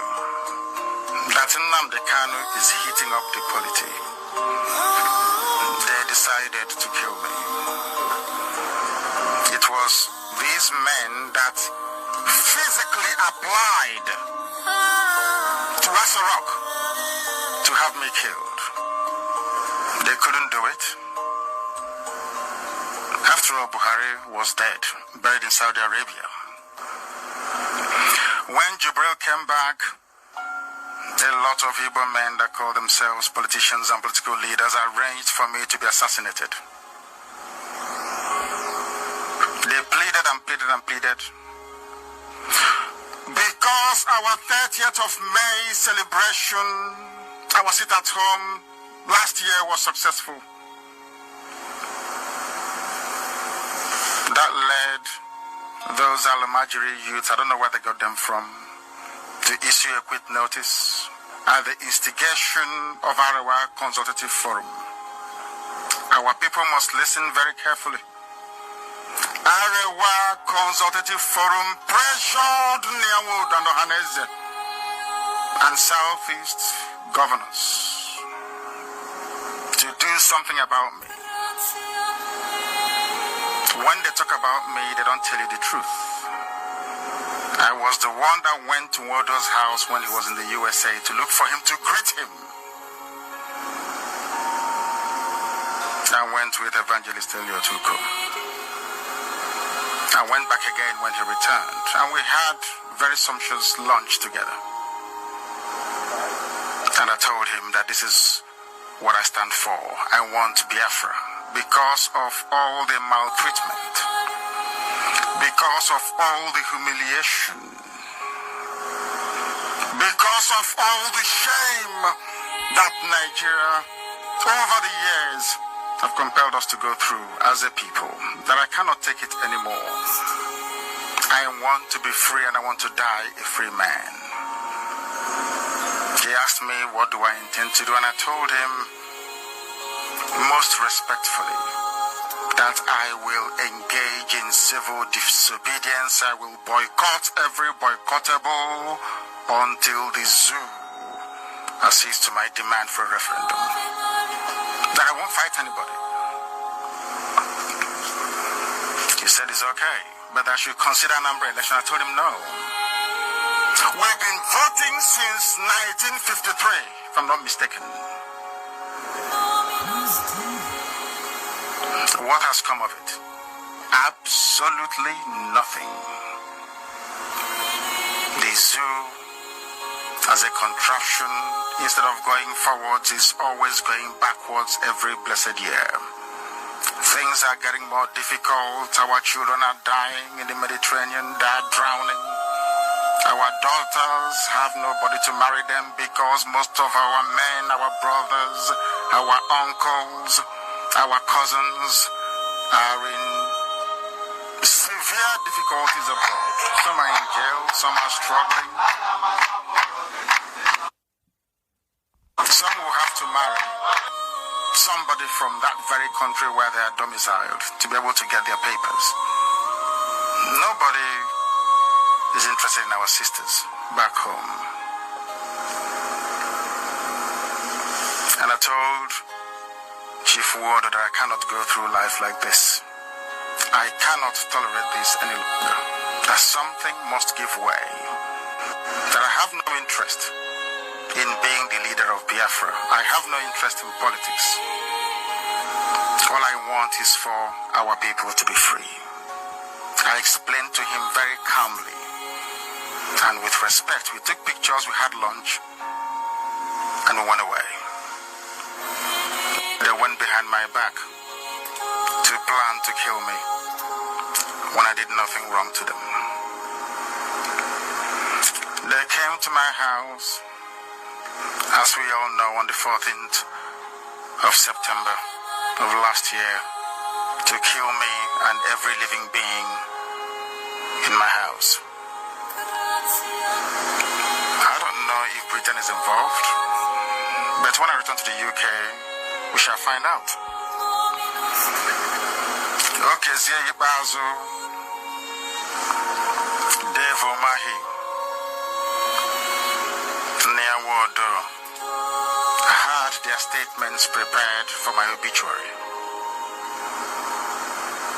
They had gone to plan with the traditional rulers of all the other geopolitical zones in the zoo to come down to address Biafrans on why my death was a good thing for our people.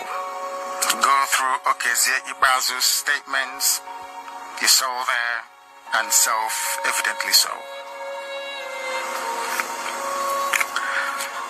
The Ohaneze and Igbo political class, Southeast governors, used Fulani military apparatus to try and assassinate me the same way they've been doing, as they did in Aba, Enugu, Igbocham, in Aba.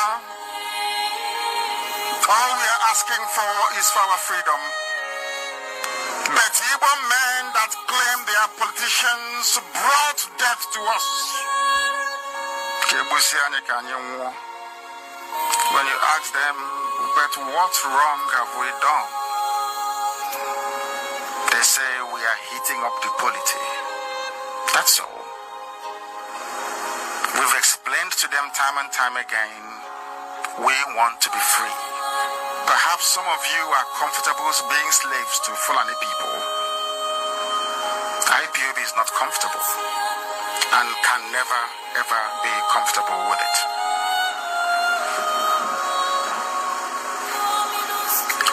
We made it very clear and shall continue to make it very clear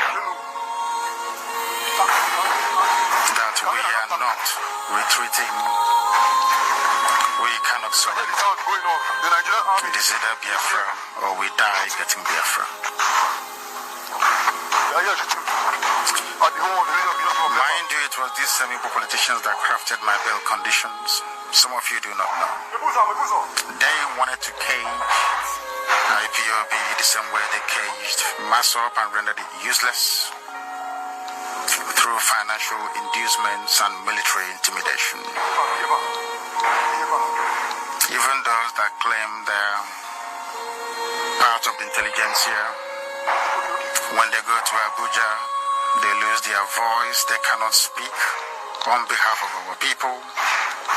They are humiliated day after day for daring to demand what is right for their people. The only time that they have anything tangible to say to us is every 4 years during the time to vote. But come next year, we will tell these corrupt politicians that Biafra land belongs to Biafrans. All we're interested in is freedom, our liberty as a people, equity and fairness. That we will never, ever, ever negotiate away. If indeed, as we know, that IPOB is fighting for all the things that I've elucidated above, why is it that Ohaneze and Igbo and some Igbo governors would like to have me killed. Why do they want me? Everybody that is going to listen to this video and the whole of Therefore, on the night, the day you will come, you will see it. Even if you come, you will see that Biafrans have rejected everything that has to do with the zoo. We have rejected the zoo 1,000,000 times more than 100 years back ago. And we will continue to reject it until we have established our sovereign and independent Biafran nation.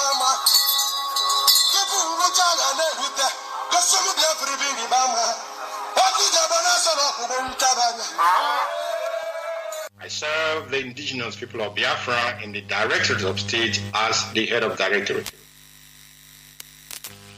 Wonderful Biafrans, I have to go straight to the issues that I have to give across tonight.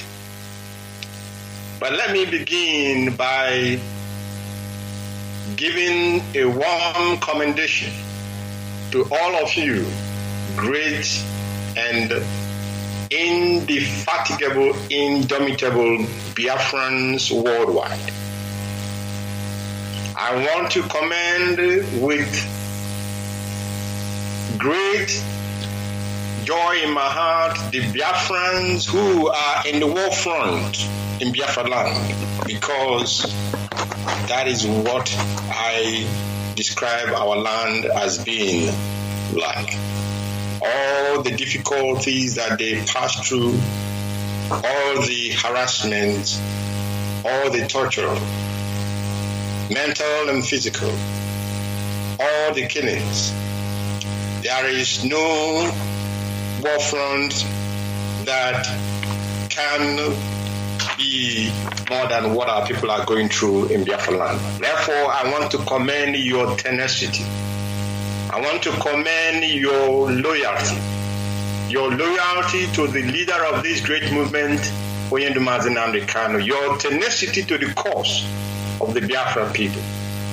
I want to commend you especially for your total observance and total obedience to the order of sit at home, which the leadership of the indigenous people of Biafra put in place on the 21st of October, being yesterday, for us all to show our solidarity and support to our leader, who is being illegally and wickedly held by the authorities that, or the cabal that run the zoo called Nigeria.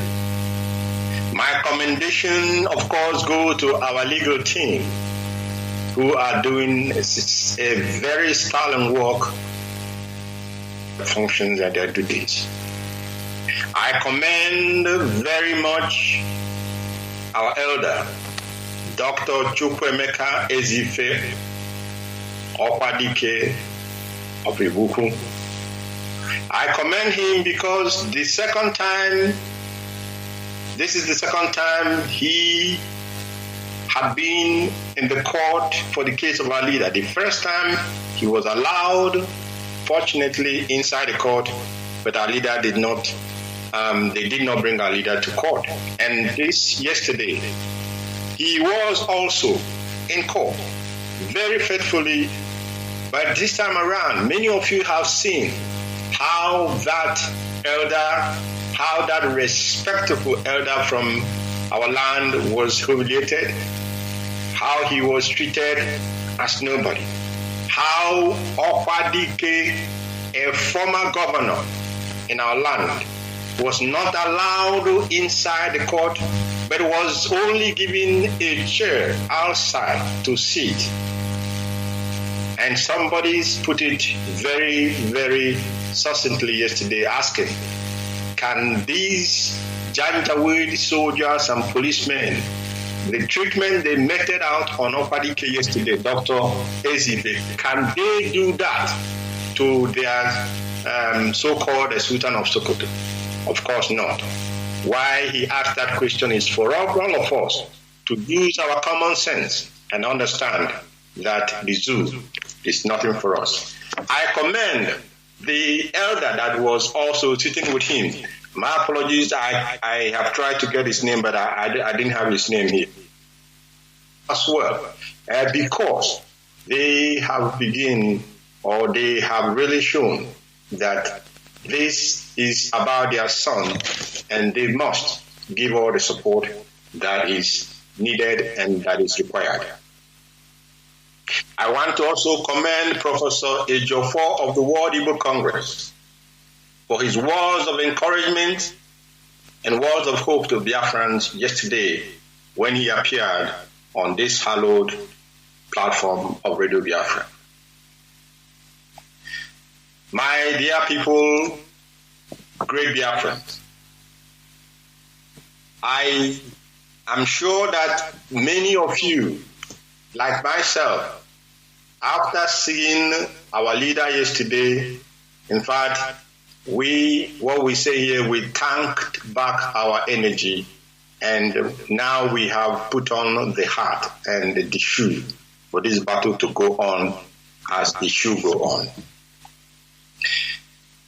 One other thing that I need to bring to the attention of all Biafrans is that the fraudster in Ikon's house has continued to destroy the homes and livelihoods of our people in Imo State.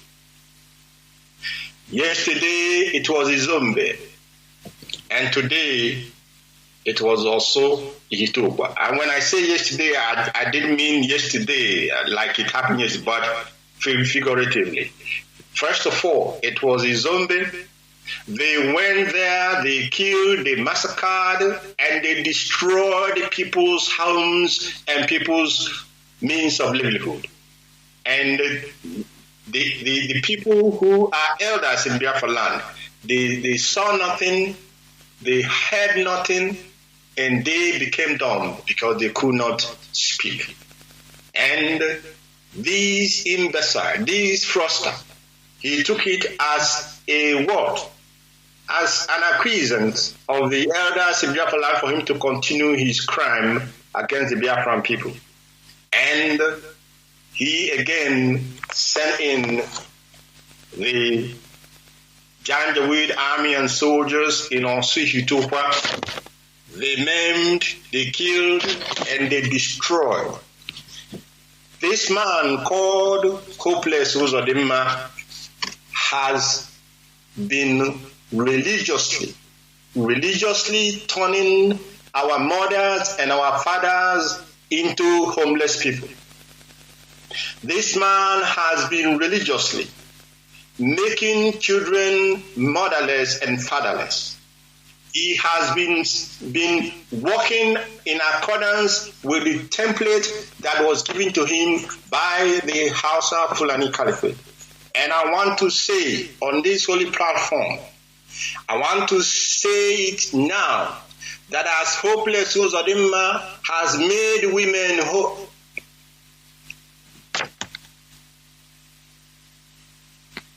I beg your pardon, excuse me, I need to take a water, please. I want to say it this very night, that as Hopeless Uzodimma has made women and men childless, so will his mother be childless. As he has made children fatherless and motherless, so will his children be fatherless and also be motherless. As he has made people homeless, there shall not fail one in his family who will not be homeless, because I call upon the land of Biafra that he has desecrated, and the blood of all those he has wasted on a daily basis. This man is spilling the blood of innocent, and I call on the blood of innocent to do their battle against this very fraudster in our midst. While Uzodinjo is doing the part assigned to him, There are those who were assigned to do the other part, to destroy the 4 pillars of this great movement that Onyendu has put in place. They are now exposing themselves by the nonsense that they vomit. I want to let our people to pay attention to some of these things that these people talk about. Don't just listen if their nonsense comes your way. Don't just listen and then think deeply. Pay attention to what comes out from them, because they are using their own mouth to tell us. They tell us the goal and the agenda and the work that they have been given to do.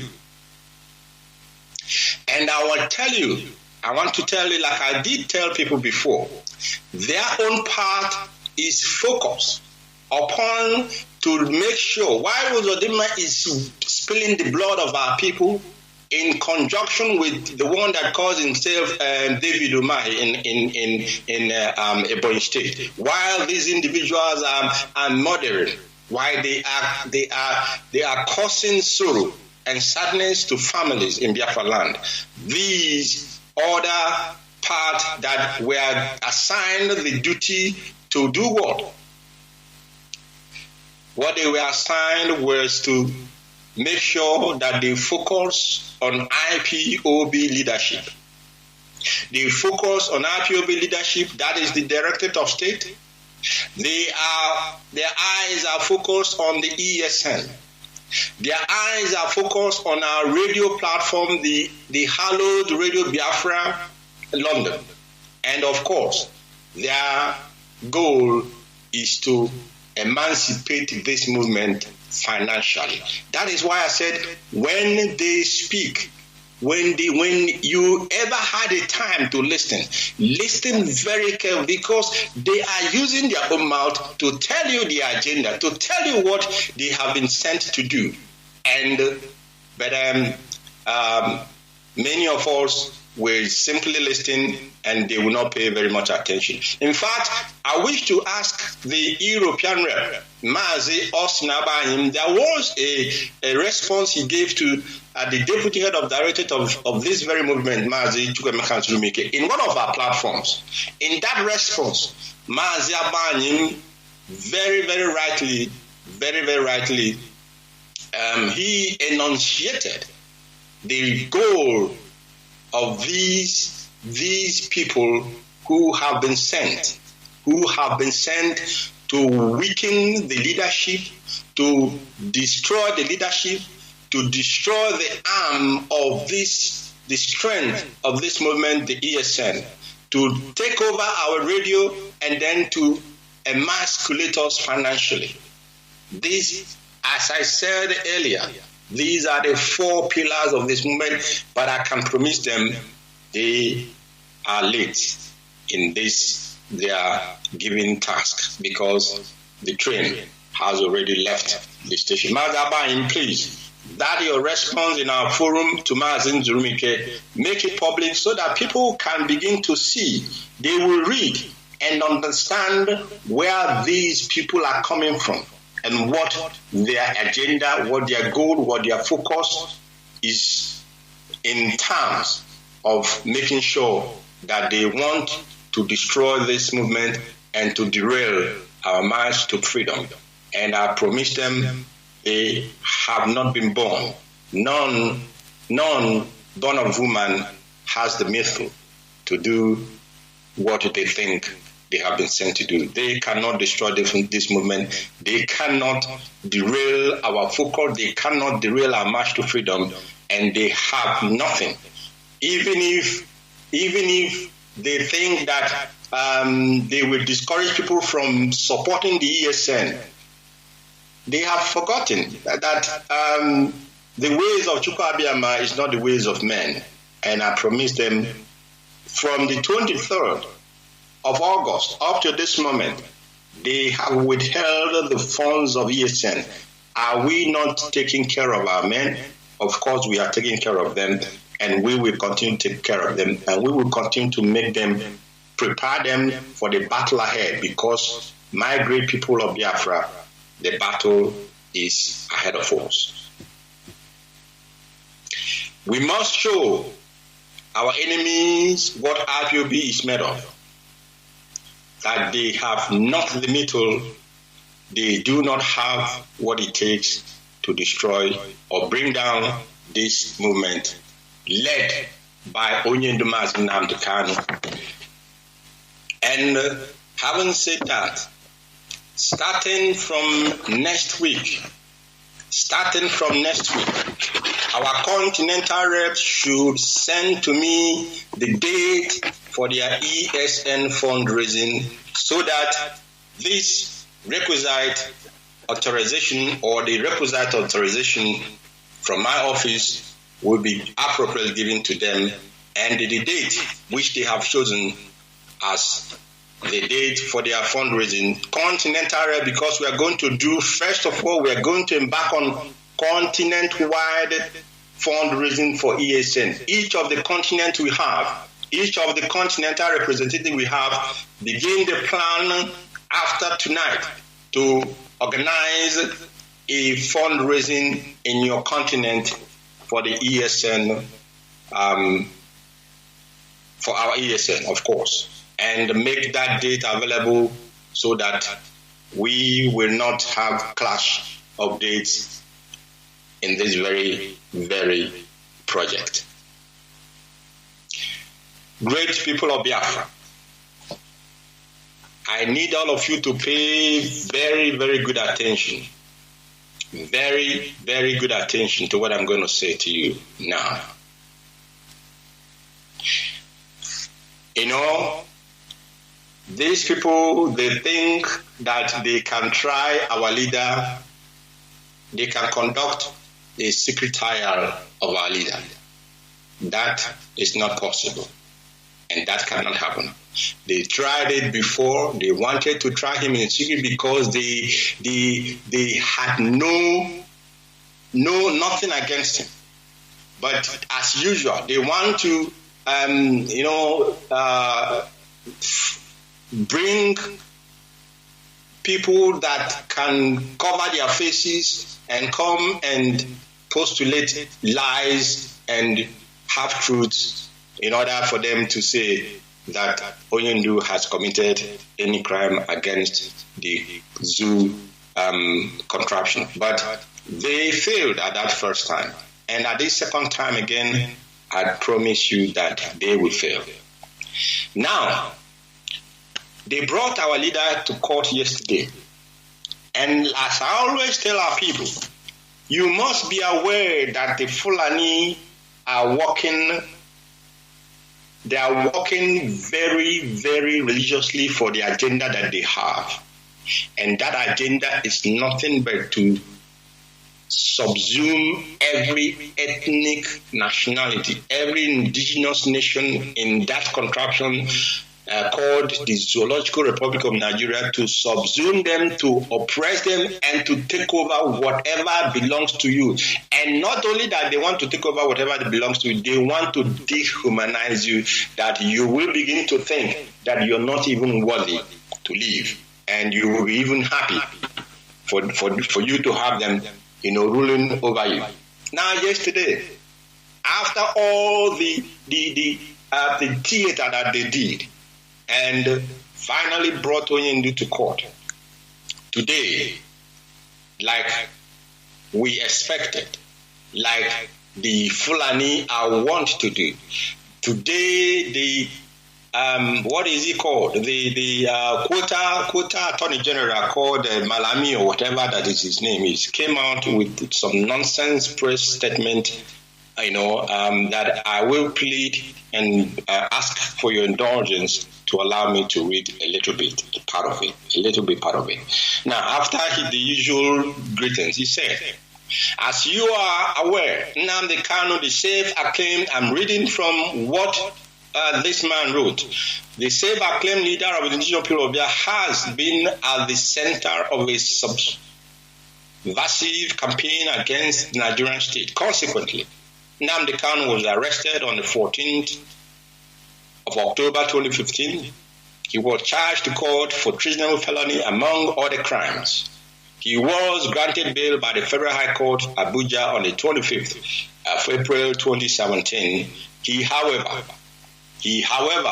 breached the bail conditions and fled abroad. That is Malami telling you.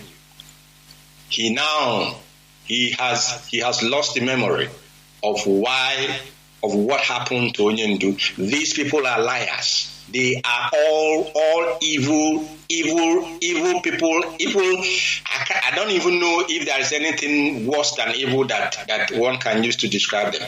He cannot mention that they sent their battalion of soldiers with helicopters and fighter jets to a man who has no weapon, a man who was only speaking with his mouth, exercising his right of expression and right of the freedom of speech, a man that had not hurt a fly.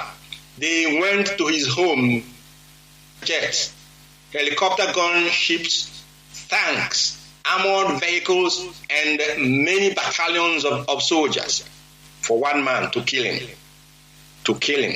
Because they know that there is only one obstacle for them not to realize their agenda, and that obstacle is Mazi Nnamdi Kanu, the leader of the indigenous people of Biafra, and this great movement that he has put in place and that he is leading. They know that man is the only person standing in their way of achieving their goal. So what did they do? As they always think, because for them, just kill whatever is standing on your way, and then you have solved the problem. That is their mentality, the zoo mentality. Kill it, just kill the man, and then they were thinking, just kill him, and then maybe hopefully for them, 1 month or 2 weeks or whatever, there will be uproar, and then everywhere will calm down. They will now pump in the money that Gowon advised them that if he knew that the people love money that much, he wouldn't have even gone to war. He would just use money and give to us or give to our people to use and fight themselves. That is now what they're doing. They are spreading the money that is coming, that is made from the resources in your land. They are spreading it. They're giving chicken part of it, the crumbs of it, to some of these idiots in the diaspora to think that they have the metal to even come close to derailing this great movement. But I will not digress that much. Now, this man forgot that they sent their army to go and kill our leader. And Chukwu Abiyama being Chukwu Abiyama, because nobody is above him. He saved our leader and made sure, because Onyindu has not accomplished the job, the work that heaven sent to him. Chukwu Abiyama, of course, made sure that he was not part of those that fell on that day. 28 young men and women, very young Biafrans, 28 or even more, lost their lives. This idiot did not remember it. He did not add that to his useless press conference. But I'll go on. And now, why in exile? I'm reading what he wrote. Why in exile? Nnamdi Kanu intensified his subversive campaign, using online Radio Biafra to instigate violence and incite members of IPOB to commit violent attacks against civil and democratic institutions, particularly the security personnel, independent National Electoral Commission, and civilians. He instigated the destruction of public and private properties across the country. That is Malami now talking here. Malami has forgotten Aba High School.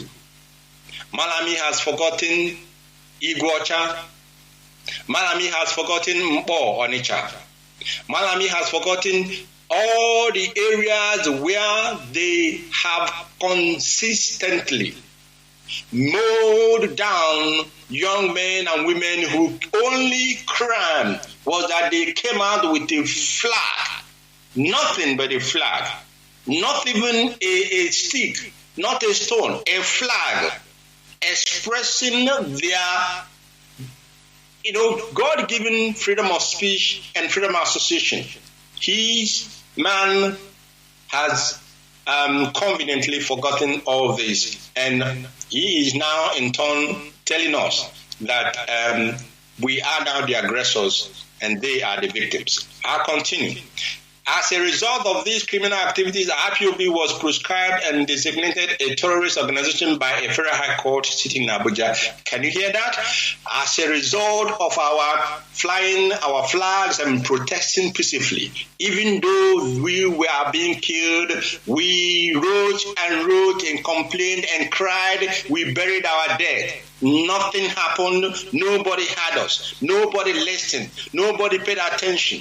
They went ahead and called us terrorists, and they used their Janjaweed court to stamp that name they gave to us. But of course, the international community knows that these people are no terrorists, and they ignored that nonsense from their court. But bear in mind, since 2017, even though that our lawyers had filed a case in court challenging that ex parte order. Listen again, that order from the court designating IPOB as a terrorist organization was an ex parte order. Ex parte order, for those who understand law, is an order given by the judge in chambers.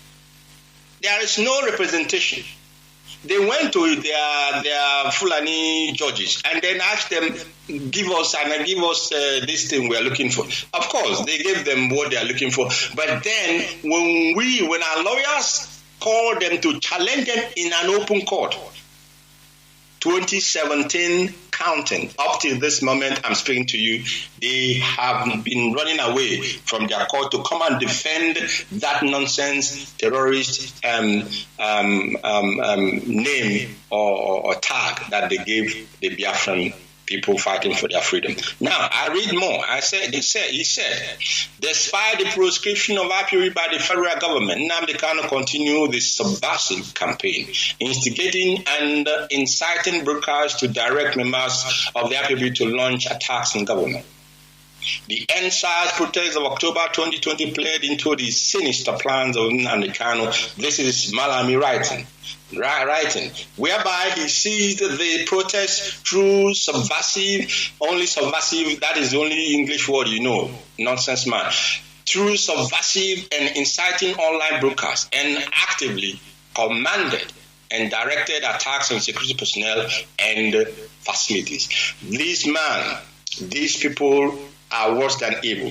They did not remember that they mowed down and massacred people who were freely and peacefully protesting at the Lekki in Lagos. People just gathered, even with their useless green, white, green flag. Those who they did not have Biafran flag. These people, NSAS protesters, they were not Biafrans. Now he wants to say that IPOB is the people who took it over by within Nnamdi Kanu, took it over and then hijacked it. That is his reason. But he can imagine these young men have suffered at the hands of the security apparatus of the zoo, and one day they said enough is enough. That did not stop these murderers from going there where they were peacefully gathering and protesting to mow them down and kill many people there. Up to today, have you heard anything about their investigation, their inquiry? Nothing. They extended it to Obibo. In Obibo, the one that they called, what's his name? Nwike, became their houseboy there, and he allowed them to decimate and kill and murder very many young Biafran men and women. Their time and day of recompense is coming. Chukwuabiama shall bear us witness. I read further. As a result of this broadcast, members of IPOB attacked and killed security personnel and burned down police stations and on and on and on. And then he goes on. He says, on the 12th December 2020, Eastern Security Network was formed by Nnamdi Kanu as an armed wing of IPOB with the mandate to advance the nefarious agenda of the outlawed group. ESN continued to launch attacks on security personnel, civilians perceived as enemies, as well as destruction of private and public properties. Now, he was not satisfied labeling the non-violent IPOB family members as being the aggressors. Now he was now saying that the ESN that Oyendo formed specifically to ensure that our forests are safe for our mothers, for our fathers, for our women, our daughters and sisters to go and farm. The ESN that our leader put in place to ensure that we are not starved to death, because that was the agenda. They come to our farms. Can we imagine such wickedness? Somebody will carry their farm, their animal, all the way from